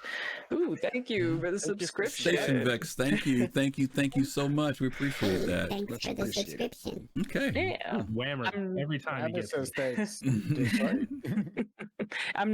I'm kind of skeptical of the A2. Like, we'll see how the bombs work and stuff. It sucks that they're going to really nerf that interior, because I think the biggest strength of the M2 is, like, yes, on paper it has less cargo in the hold, but the same volume for vehicles.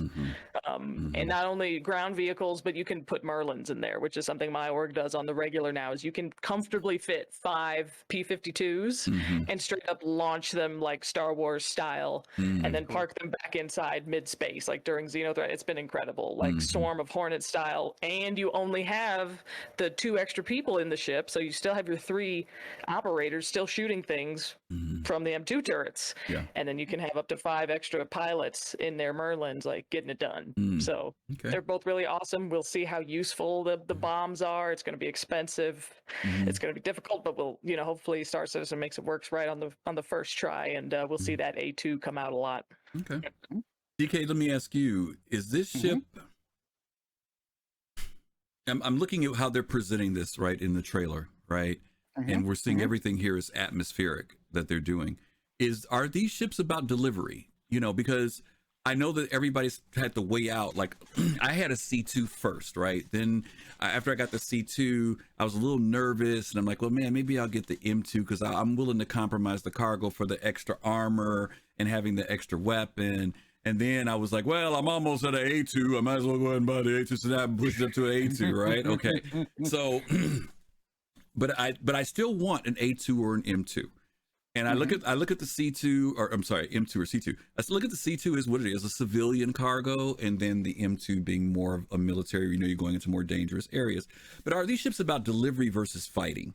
And I'm asking that because sometimes, we're always trying to find that ship that does a little bit of everything. And then we also know that there's some ships that CIG kind of creates for a specific role. And when I look at this trailer, what I'm seeing is delivery, right? I'm seeing it's defending itself. Maybe it is going into battle. but I'm just kind of curious. What do you think? Do you think this is? Forgot about this debate, Griffin. I know. Listen, I have to have something to talk about. We got about another 20 minutes of show. I got to make a question and I got to throw something out there. So, all right. So give me your thoughts, Dark Knight.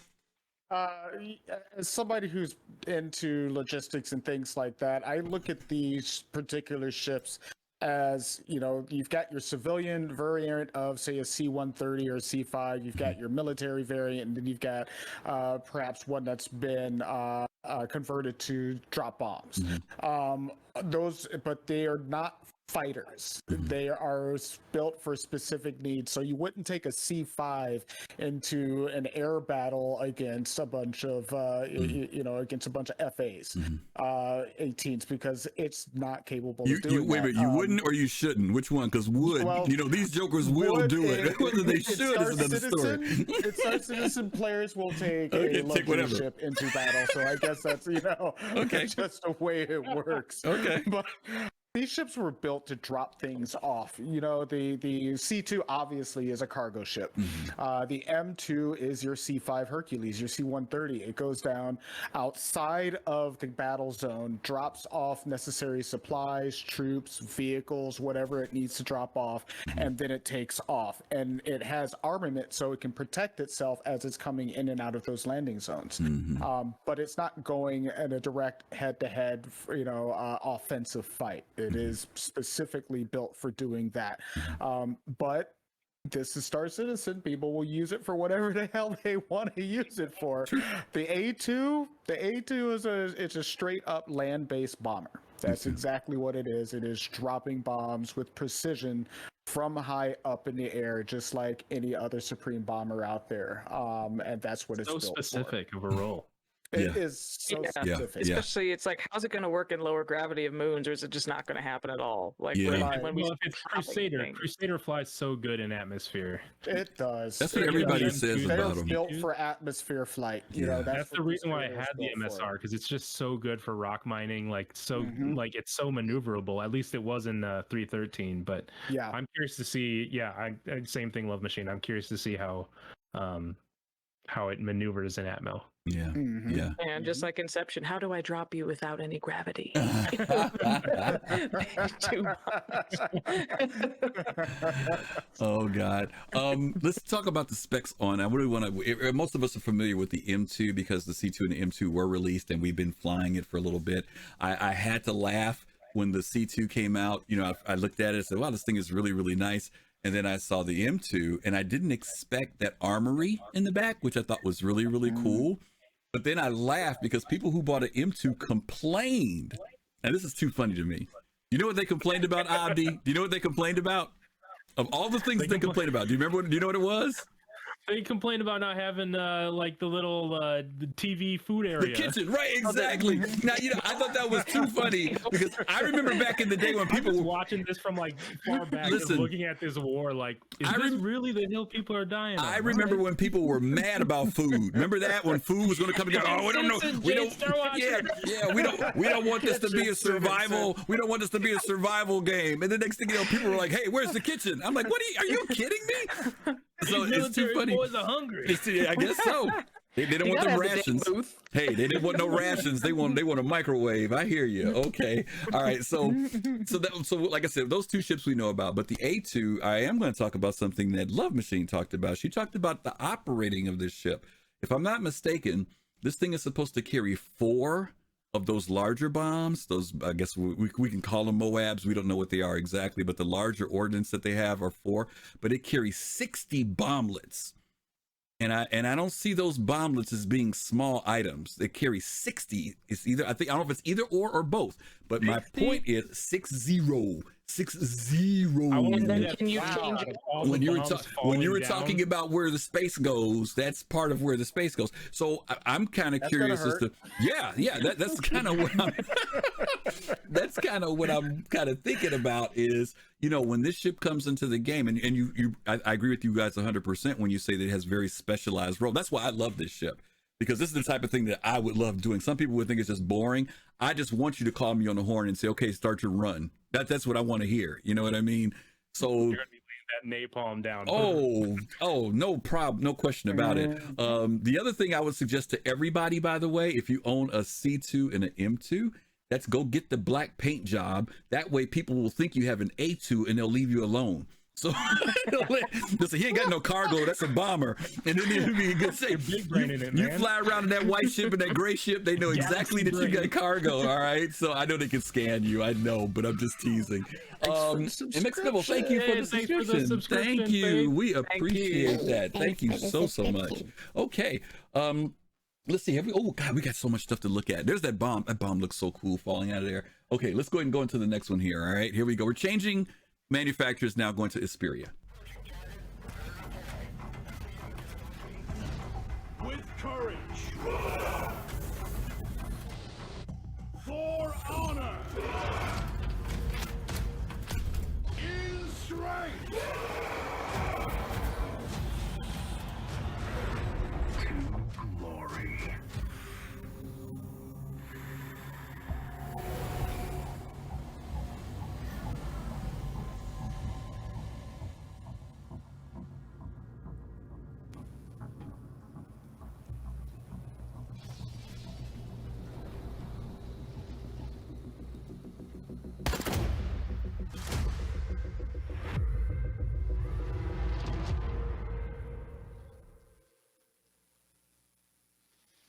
All right, let's see. Let me go to Abdi first on this one. The Prowler, Isperia, Tavaran design. Give me some thoughts on it, Abdi. What do you think about this one? It would be cool if there was like ways of dropping people from a bit higher up. This is when I'm like, they got those jump packs people be talking about. They could bring that into this game a little bit so that you could drop them off from a bit higher. That'd be dope. I like this trailer. It's kind of terrifying, that whole like helmet look down thing where it just looks menacing.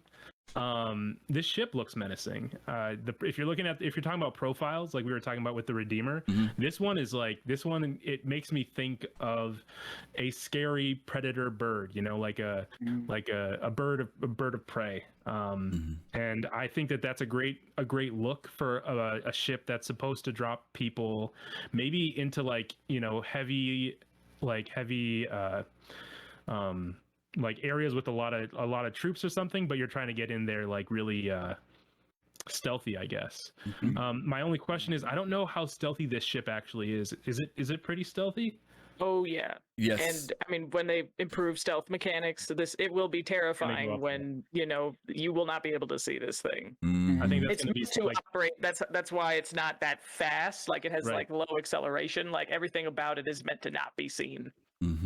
yeah, this is going to be a dope ship when all that comes together. It still is. It's just I haven't actually been on this because we haven't used it. It's not my org's ship of choice for dropping people off. The Valkyrie is normally the one that I think of, but I feel like whereas the Valkyrie is for going into loud air. Oh, we got a raid! Hey, wow! Thank you. Hey, it's Nick. It's Nick. Hey, it's Hey, Nick. Nick. Thanks so much, Nick. Thank you. We truly appreciate that. Oh my. Okay. All right. Thank you. Dang it, Whammer.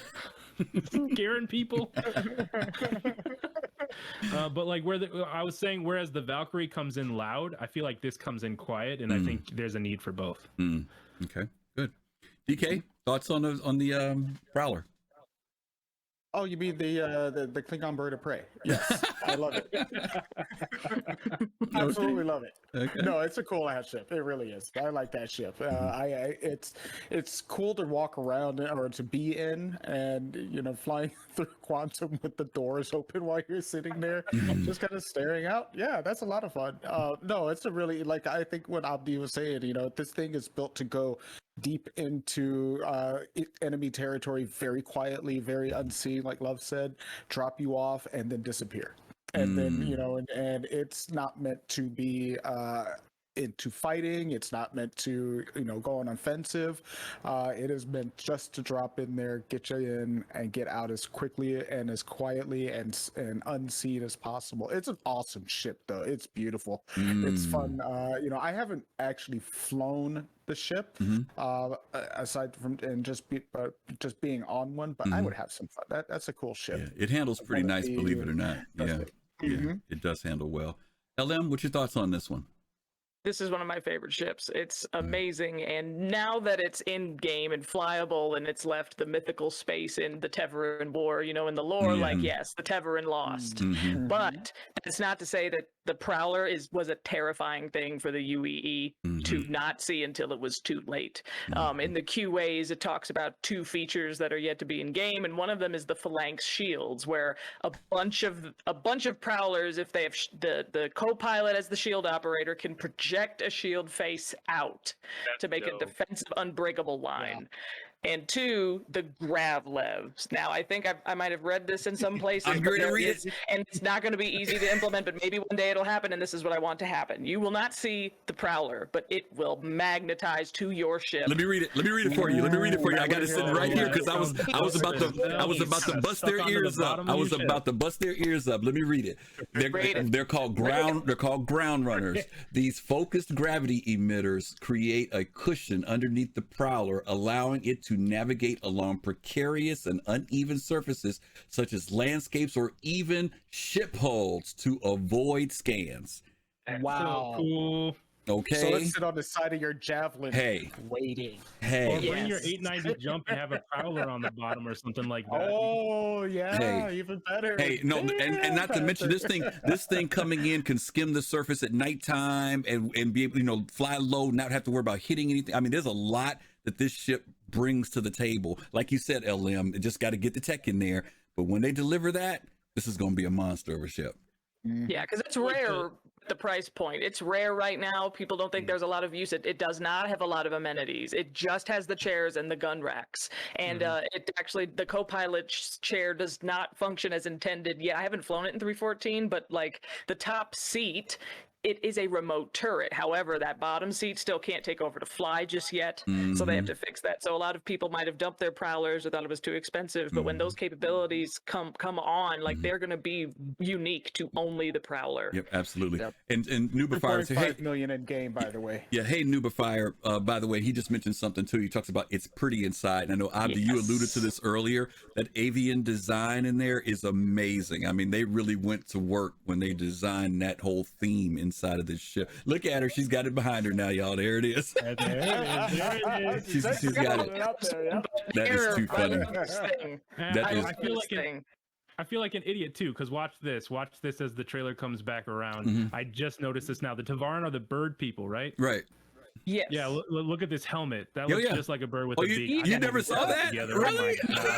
Oh my god. The Shrike and the Talon new armors, so you can have like the greenish or the purplish. So, but yeah, there's bird people walking around now. Wow. Oh, man, I got a cockatiel, so you know me. Like I'm all up on those birds. That's cool. That's funny. That is funny. But yeah, hopefully we see that tech kick in for this. It will be amazing. Okay, that's the Prowler. We're getting there, gang. We're going to move back to the ground now. We're coming out of the air, and we're going to look at Tumbrel. That's our last manufacturer that we're looking at tonight. And we can talk about these a little bit, so let's hit the first one. Cyclone, the original. Cyclone! 4 new ways to answer the call of Cyclone. Start with the Cyclone RC. Molded for motion, this one is fast as hell. Now, here's the new Cyclone RN with better scanners for your scouting needs. What's that you say? Speak up, I can't hear you. You want a machine gun? Then choose the Cyclone TR. Hey, thanks for the follow. And the new Cyclone AA Thanks for the with new follow. features like this really huge gun. You can take down ships, take down anything you want to. It's huge! Answer the call of Cyclone, the original and still the darn tootin' best vehicle of its kind. You're ahead in a Tumbrel all the way. Okay, so 4 vehicles that none of them work. No, I'm just kidding. The ones we're going to focus on is the AA, the anti-aircraft one, and the one with the Gatling gun on the back. And I know we've seen some demonstrations and some people have used the one with the Gatling gun. I don't know if the one for AA has been working, and if do any of you guys know, is that one been working, the air-to-air on the other Tumbrel? But it's better than it's better than the ballista, is what I'm saying. It's working. Absolutely, no, it works. In some we've used it in some ground vehicle to ground vehicle things, and it's devastating. Okay. Jade says the EMP works too. Oh, wow, I didn't know that. I That's the didn't know that. because it has an EMP on it. That's top tier. That's cool. Yeah. We're gonna look at that one after this one. We'll talk about the Fortuna too. Dark Knight, do you own either one of those, the AA or the one with the Gatling gun? Do you own it? Oh, I've got the Cyclone regular variant as a what was it sub for my Thanks for G12, the follow. and then I've got the RC. And RC, when I first got the RC and I was driving it around in third person, I'm like, yeah, it is like an RC. Yeah, I guess it is, right? It really is like an RC. Okay. But I'm interested to try out either of those. I haven't. The AA is kind of in a weird place apparently with the Fortuna. I believe is that it? Yeah, we're gonna talk about that battle in a minute. Okay. Yeah, we'll come back to that. Yeah, but that's a good point. Abdi, what about you? Have you taken either one of those, the air-to-air or the one with the Gatling gun? Have you done either of them? None of those, but just the MT. That's the only one that I've the Cyclone MT. Okay. I see these more for just like org ops, like opposing force kind of things.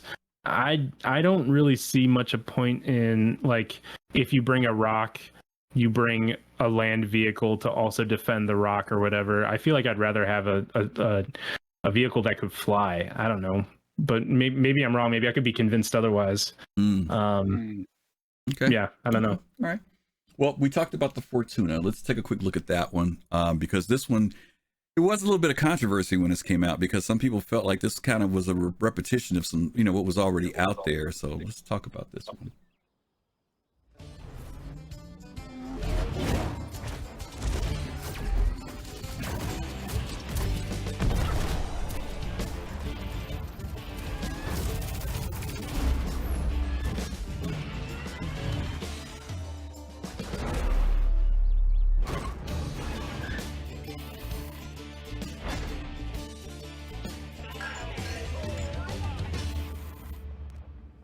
All right, the old Stella Fortuna there. Let's see, Love, what are your thoughts about this particular vehicle? I mean, was there some repetition here? Is there some method to the madness of what CIG is doing with bringing this new Tumbrel vehicle in? Or was it just a money grab, cash grab? I think it was an LTI token grab is what it was. I bought 2 as LTI tokens and turned them into something else because I don't care about the Cyclones. I have G12s. So, I mean, it's, Sid likes to claim to care about balance. So, yes, it has the slow cannon and only 4 missiles as opposed to the other land vehicles that have more missiles. Right. But anything, you can just change out that cannon into a Gatling gun. So now you just have a Gatling gun and missiles. So, this thing, I think it's OP right now, because now there was a good thing to this coming out is that it drove exceptionally well because it was the most recent, worked on one. Yes. We're all waiting for the ground vehicle overhaul and the Ranger series and the G12s. We're all waiting for that. So I think this is one of those where people are just griping about it now because it's just present day and they're just seeing this oh, you just have one that's a hybrid. It's but you choose one or the other.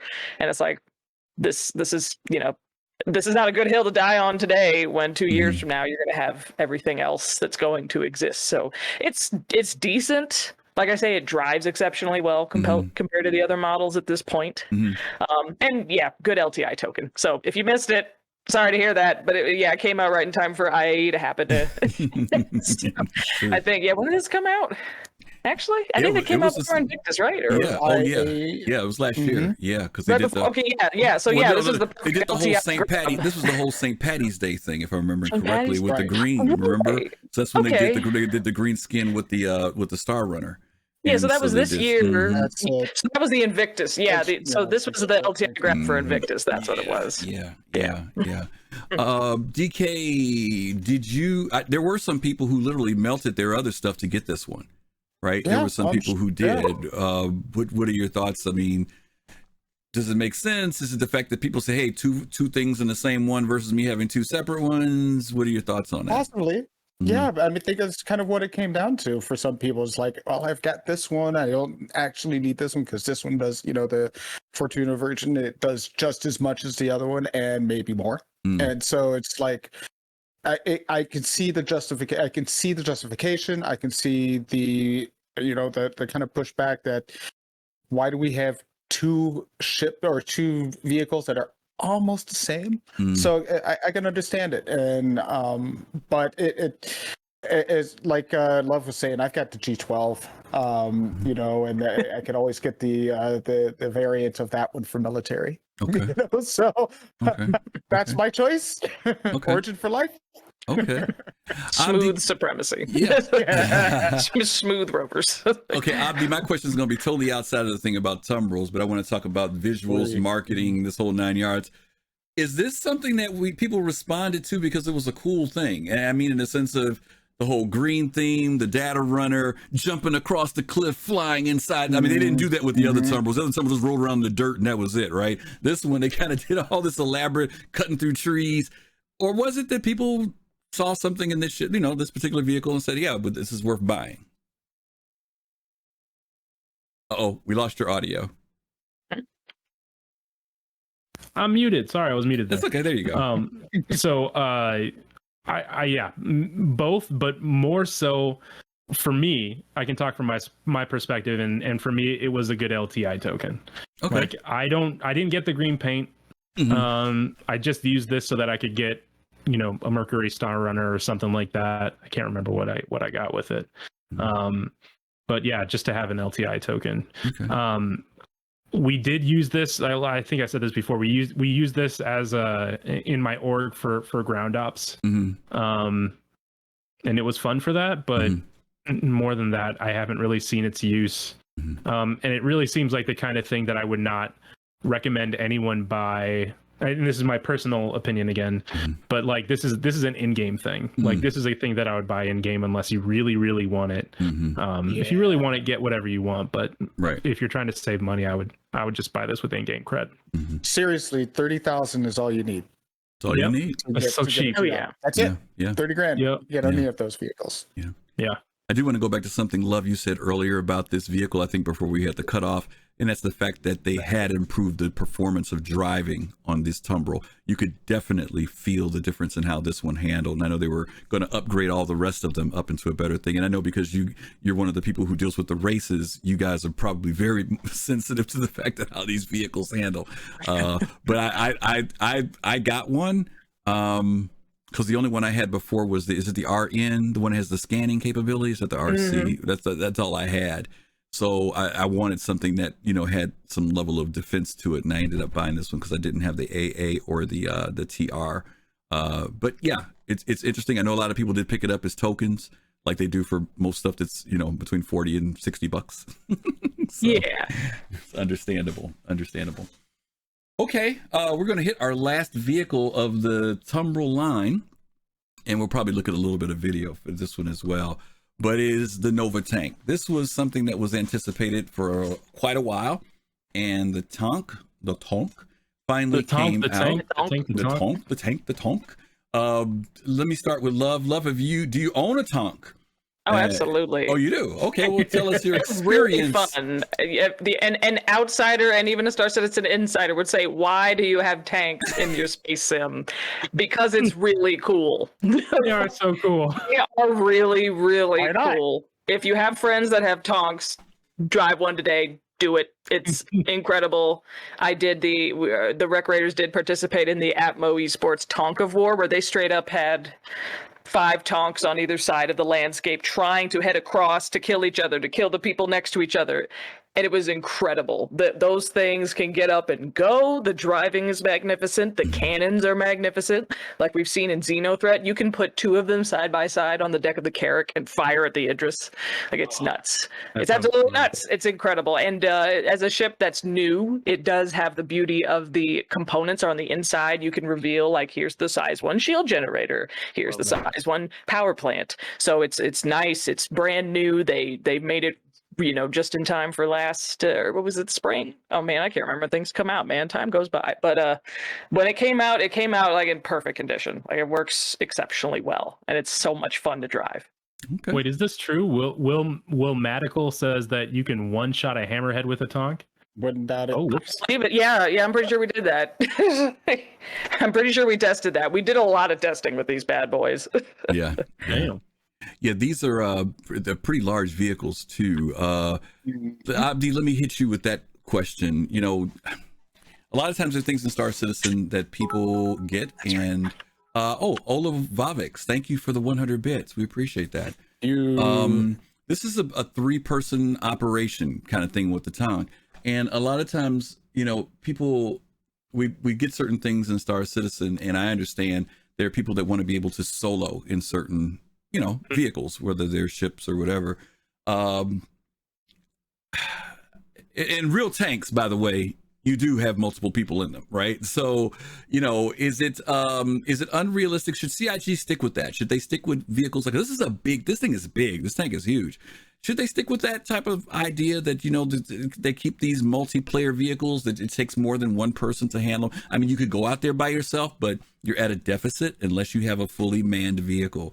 And there were people who wished that the tank was something they could operate by themselves. What are your thoughts on that?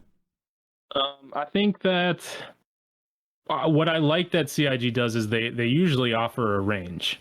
I don't know what that range is with ground vehicles right now, because it seems like there isn't one. Like you can't shoot and drive, right? Like maybe one of those bikes, the Dragonflies.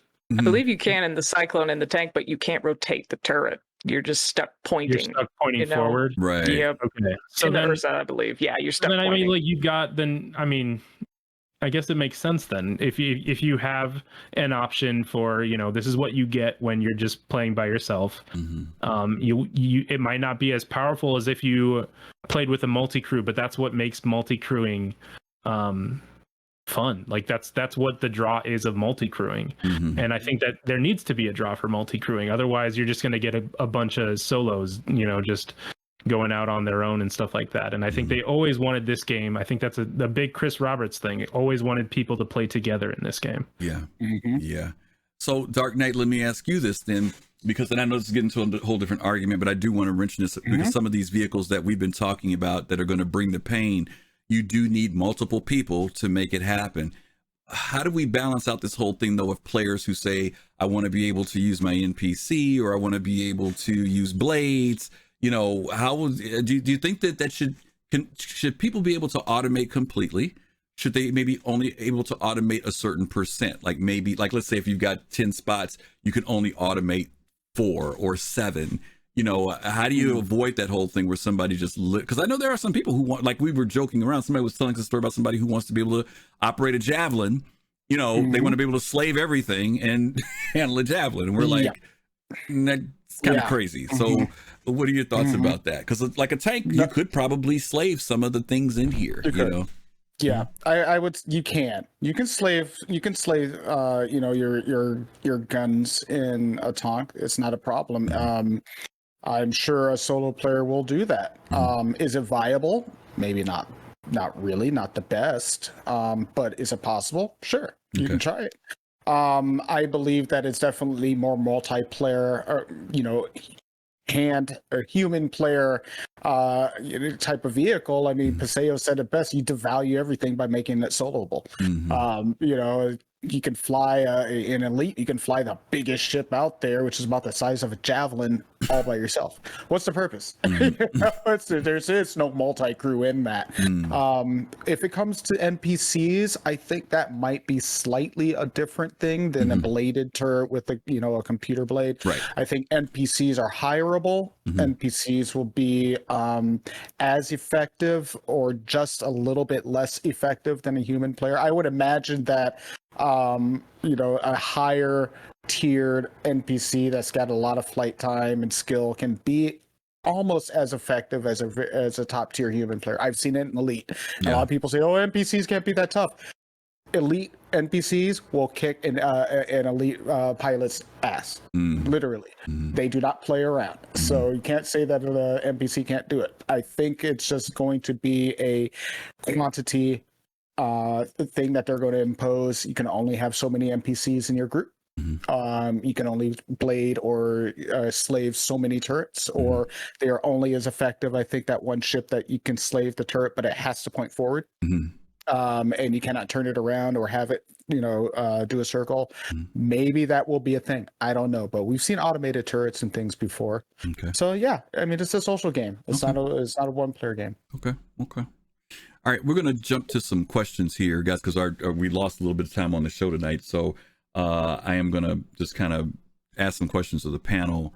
And these are just real generic questions. And feel free, chat, if you guys want to respond to, because we are paying attention to what you guys are putting in the chat. And one of the first questions I want to ask, and I'm going to start with Love and work my way to the left. What are we fighting for? You know, and I'm talking about not in space, right? On these moons, on these planets, all these vehicles we looked at, what type of conflict are these things going to be used for and this is from your perspective, you know, what do you see people be using these different vehicles for? I think we'll see, like, you know, they've been talking about it, but Jumptown 2 is coming, and a large population of the people who play SC now were not there for Jumptown 1. So with the addition of the dumbfire missiles and torpedoes, if they fix the ballistas, I think we're going to see that the area denial, I think, is the best way to put it, right? Like, people are going to want to keep Jumptown to themselves, or if you're not in communication and people are flying in and you don't want them to take the cargo, like, you know, you're just going to ice them. So I think that's what we're fighting over, because everybody else might be trying to just be off by themselves far away. So where else would you have conflict other than a lot of people gathering in the same spot, right? Okay. Abdi, let me go to you. What would you like to see people using these vehicles for, you know, in the game? I've said it before, I'll say it again. It's the gameplay. We're looking for supported game, or I'm looking for supported gameplay where with that planetary nav mesh guiding NPCs and maybe roving pirate gangs or something like that, you bring out your, you know, ground-based force or whatever to, you know, patrol specific areas. Maybe there's a mission, whether it be for the pirates or for the UEE or something like that, where it's like defend this region or something like that, and you go out on your patrol, you go to a derelict spacecraft or something like that, and you have to defend it or something. We've seen this in cutscenes and stuff like that, and I'm looking to see this supported with in-game gameplay. The public events are super nice. I love public events. But I think that people will take this game a little bit more seriously when CIG is putting missions that work and allowing people to do this stuff on the ground. Okay. DK, what about you? What do you want to see these vehicles being used for in game? I want to echo what Abdi was saying, and then just add that, you know, they are they're vehicles and they're ships that have their purpose. And they are, you know, if they're being used for that purpose, they're going to be incredibly hard. They're going to be incredibly hard to take down or take. What am I trying to say there? The word I'm just coming to my mind. I can't really get it. But I think these ships definitely are to contend with, and having their space in the game is very important. I think that a lot of people are going to get some benefit out of all of these ships. I myself am not a combat pilot, but I have fun with these ships. You know, the Tally's fun to fly during the Xeno threat. I've had fun being in the Prowler. I mean the Bird of Prey. You know, the Eclipse is a beautiful ship. Absolutely gorgeous. But it's going to be for people who want ground-based kinds of fighting for a lot of these ships. Yeah, it's going to be good. Okay. Operational is the new fire. Yeah, really. Okay. So let me ask each one of you: will you spend? Wait, did Love Machine get a? Oh, I didn't. LM. I'm sorry, LM. I thought I started out with her. I didn't start. Yeah, out with I did. Yeah. Yeah, I started out with LM. I said my spiel. Jumptown 2. It's happening. Jumptown 2. Yeah. That's my bad. Yeah. Okay, so let me ask each one of you. This is a real quick question. Will you spend time living on the ground, space, or both? LM, let me start with you. Where do you see yourself spending your time in the game? Well, Veteran Soul Citizens know where I'm going to be, but to any new people in the audience, I'm going to be on the Endeavor, and I'm looking for interested applicants who want to help me produce and move botanicals. Deep space to interested cargo runners and salesmen. Okay, yeah, botanicals, yeah. DK, what about you? Ground, space, or both?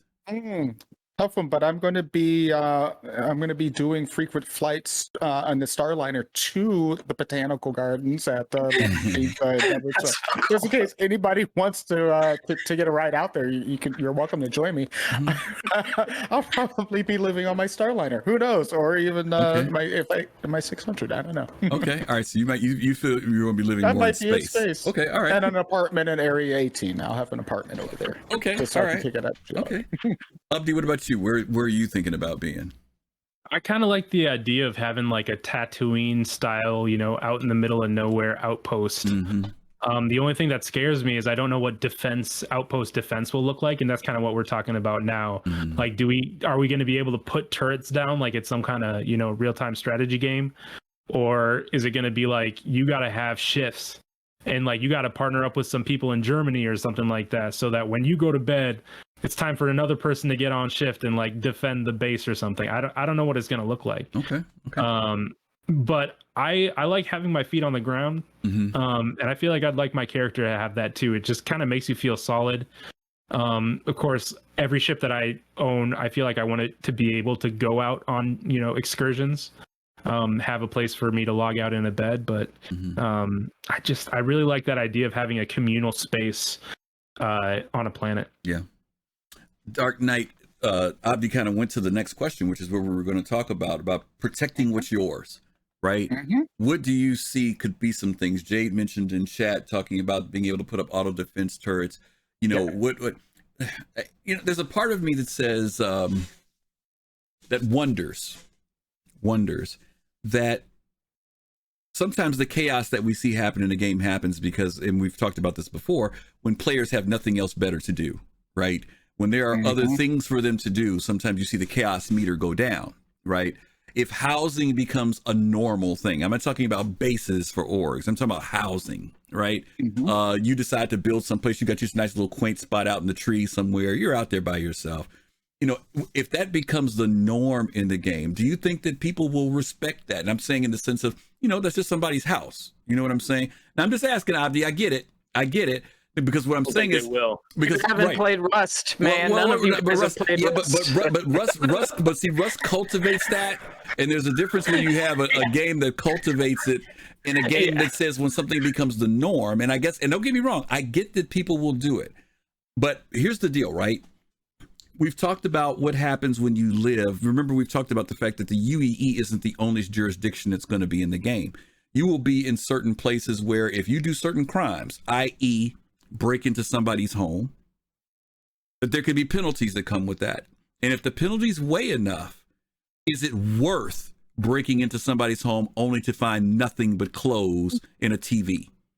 I get it if there's something there. I get it. If you think that you got a lead that there's something at this place. But if this is just a typical residential place and the most that they've got there is some clothing and maybe some weapons and some furniture, and if I take the heat for breaking in just because is it worth it? And I guess my question is, can Star Citizen build that type of thing that says that? Now, mind you, if I'm going to somebody's org base, we might be talking about a whole nother thing there. And I'm just trying to project some possibilities because I don't want to write Star Citizen off and say it's just going to be what typical players are always going to do. I think if we don't have certain things in place, I would agree with you 100%. So that's what I'm kind of throwing out as a question. What do you think, Dark Knight? Do you think that? I think Tripp just said it, pretty right. They need game mechanics to encourage good behavior. I mean, I think that's something that would go in and that would kind of suppress some of those things. And I have a feeling that the law system in general is going to end up starting to suppress a lot of the craziness that we see out there. Now, of course, it's still going to exist. Players are players.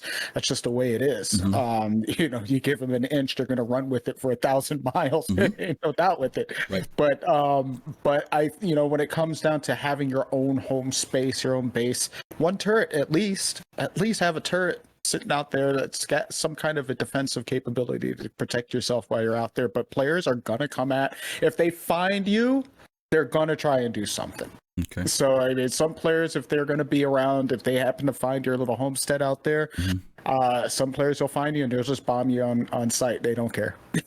That's just the way if they can find you. I like that point that you made, Dark Knight, because what are they going to give us to be able to hide our base or defend our base, and maybe it'll be like, you know, when you pop out of the server, your land pops out too, or something like that. I don't know if that's going to be the case or not, but that could be. Yeah, I'm curious to see what that looks like, because I don't know. Sorry, I didn't mean to step No, in. and that's a good point, because that could be a possibility. I'm gonna be honest with you. I found a place where you could build a house, because of the way the tree coverage is and stuff. They got to find you via ground. I mean, they got to literally stumble upon you. You know what I mean? So there could be some dynamics like that too. When you're flying overhead, you just can't, you just don't see it. The only way you're going to see it is if you happen to be on the ground, driving through the trees and stumble across this place. So, some people are going to find caves to reside in. Some people are going to build these little small homes somewhere. And I get the risk factor. Fancy tarps that like has video on it of like the surrounding all types area. of stuff, right? I mean, but hey, listen, who says that they can't put in the game one of those things that refracts light supposedly and makes it so that when you look over there, you don't see it? I mean, if you're willing to pay for that, I mean, there's a lot of cool things that they could come up tech wise to protect your home, as well as something as simple as a turret, right? I'm just kind of curious, in the sense of protecting these things. What are some ideas? I know we've talked about the UEE, if you've got a land claim, even then. How quickly do we expect responses to people being able to protect your homestead or your org? And Love, you're in an org. What are some things that has your org talked about? And I'm not talking about giving away any plans, but I'm saying, but have you all had conversations about when we do make a base, what is it going to take to make sure that base is safe? We have mostly from an aesthetic standpoint, in terms of like, where is it? Is there a pretty view? Does it make sense? Can our ships like land here? Because I don't think, I mean, just based on my Rust gameplay, if I make a house that is planted on the ground, there's nothing important in it. Right. Like the important things will be in my ships, and it would just be a nice place to meet up or rally. And I mean, we don't know yet what will they give us? Will it just be a room with a bed? Will it be a garage for ground vehicles, or will it be an area to improve components, craft components? Like, we don't really know that yet, so it's hard to have those discussions when we don't really know how important is it going to be, because then that brings the questions of, do you need this much land? Are you by these resources? Like, there's a lot that goes into that, right? Like, once you've played Minecraft 10 times, you know where it's better to set up your first little dirt house than the first time you played and you didn't know what you're doing. There's a lot of wait and see. So we've floated ideas from time to time, but the homestead discussion is still just a whole lot of dreaming for now. Dr. Shepard, that's a good point. Say we may consider that the game mechanics, I'm sorry, they went by so fast, I'm sorry, may encourage break-ins if you need money to get ships someone to take you off the planet if you crash. Agreed. There can be that dynamic. I don't want to create this safe and completely 100% safe environment. I'm just saying I think that it needs to be balanced so that owners of homes can do some things to protect themselves. They may be willing to take that risk, but at the same time, that risk always still existed. Like I said, maybe somebody does stumble upon, the place that I set up. Maybe it's a situation. I'll give you an example of something interesting. I was watching Kate when she was first playing Star Citizen, and they were flying over Hurston, and they flew up over Hurston high enough that they were just outside of the armistice zone. And she opened up the door of a Cutlass because she wanted to test a gun that she had, and she fired the gun down toward Lorville. She got a penalty. Oh, right. Yeah. That's right. From the sky. She got a freaking penalty. She got like 20,000 plus the crime stats, some crazy thing like that. Right. And so, I was just thinking about, Dark Knight was saying he's living in his apartment. How does he protect himself from not getting sniped? When somebody flies over his apartment in Hardcore, right? Somebody fires on you. But I'm wondering whether or not mechanics like that can be built in too, that say if somebody violates, penetrates, or maybe you've got a shield, somebody penetrates the area, they get a crime stat. I mean, there's a lot of things that they can come up with. Maybe it's nothing more than if they can pick your lock, right? Maybe they can't destroy your building, but they can pick your lock, they can get into your house. There's a lot of fun things that they can come up with. I do want the risk to be there. I don't want it to be just 100%, everything's just safe no matter what, unless you really work toward like an org that's 24 hours globally keeping an eye on your place or something, that would be about the closest I can get to it. Okay. Yeah. Anybody else got anything else they want to share about that, about protecting your stuff? All I just want to say is I feel like, I don't want to be coming back to my homestead and it being like, A New Hope, where Luke leaves for a little bit and he comes back and burnt bodies outside, or like flames on the ground. I'd just be like, what happened to everything? I just left for like 2 minutes. That would be bad. Just walking around. Yeah, that's a very, very good point. Well, or have a railgun. Yeah, a rail gun. Yeah, really. With the railgun, hell yeah. Life is good when you have a railgun. Yeah, it is. It is.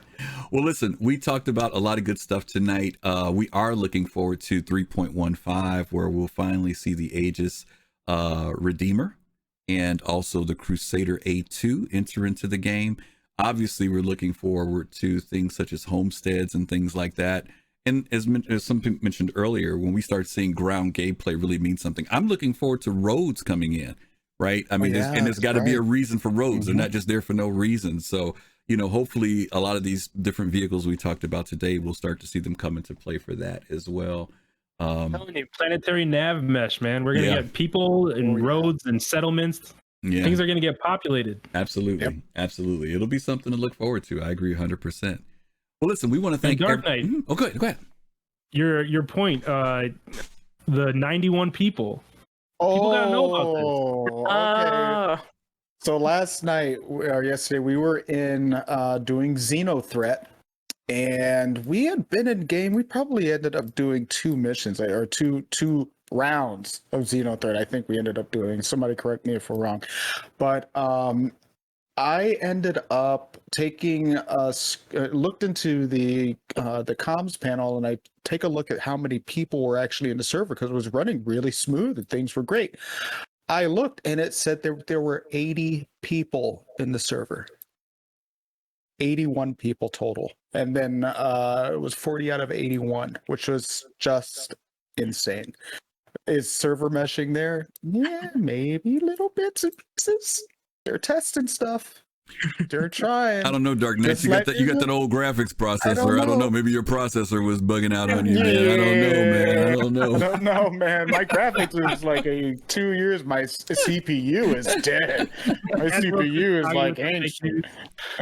Oh my fake god. News. Yeah, fake news. Admiral, you were there. He said fake news. He said fake news. Ain't that a trip? Oh my god. That's hilarious. All right. Well, listen, we want to thank everybody who's been here today. Abdi, thank you, man, for hanging out with us, man. I was looking forward to having you on, and I'm glad you were able to make time. I know you got the family and the new baby and everything, but we really appreciate you sharing with us tonight. And of course, Dark Knight and Love Machine. I love both of you guys. Appreciate you guys being here. DK, take them out. Tell them about what's coming up this week. What we got going on? Thursday. If you want to come and join us on Soul Talk, it's our weekly Thursday evening show starting at 8 p.m. Central, 9 p.m. Eastern. Mm-hmm. No, it's 10 p.m. Eastern. Central, 10 p.m. There Eastern. There you go. A little bit off. I forgot myself. But I know. But yeah, come join us. You can come to our Discord and join in. It is a call-in show. Anybody can join. We talk about ISC, we talk about machinima, we talk about cinematics, all sorts of things. We talk about the community. So it's a really fun night to connect with all of you, and you're welcome to come join us. So come to us on Thursday, 9 p.m. Central, 10 p.m. Eastern. And next week on Soul Citizens, next Sunday, we have Psychology versus Psychosis, or PvP. Player gameplay. So are PvP people cool and calculating, or are they insane? You decide, viewers. Well, that's not the show you asked me to be on. Yes, well, yeah, you guys get to decide. We're not going to decide on that one, but yeah, we hope you guys can join us next week. Okay, I think that's about it for our show. We are going to raid Levang Fan. I've watched him play before. He's out there tonight. He's a great streamer. We are going to send some love his way, so we're asking that you guys send some love as well. Let him know that you came over from the Soul Citizens. If you like what you see, be sure to let him know that you like what you saw. Okay, give him a shout, and hopefully we'll see you guys this Thursday, if not next Sunday, for PvP. And as always, thanks for hanging out with us, especially with the technical stuff tonight. But we want to tell you guys, as always, peace, love, and soul. You guys take care of yourselves. Origin for life.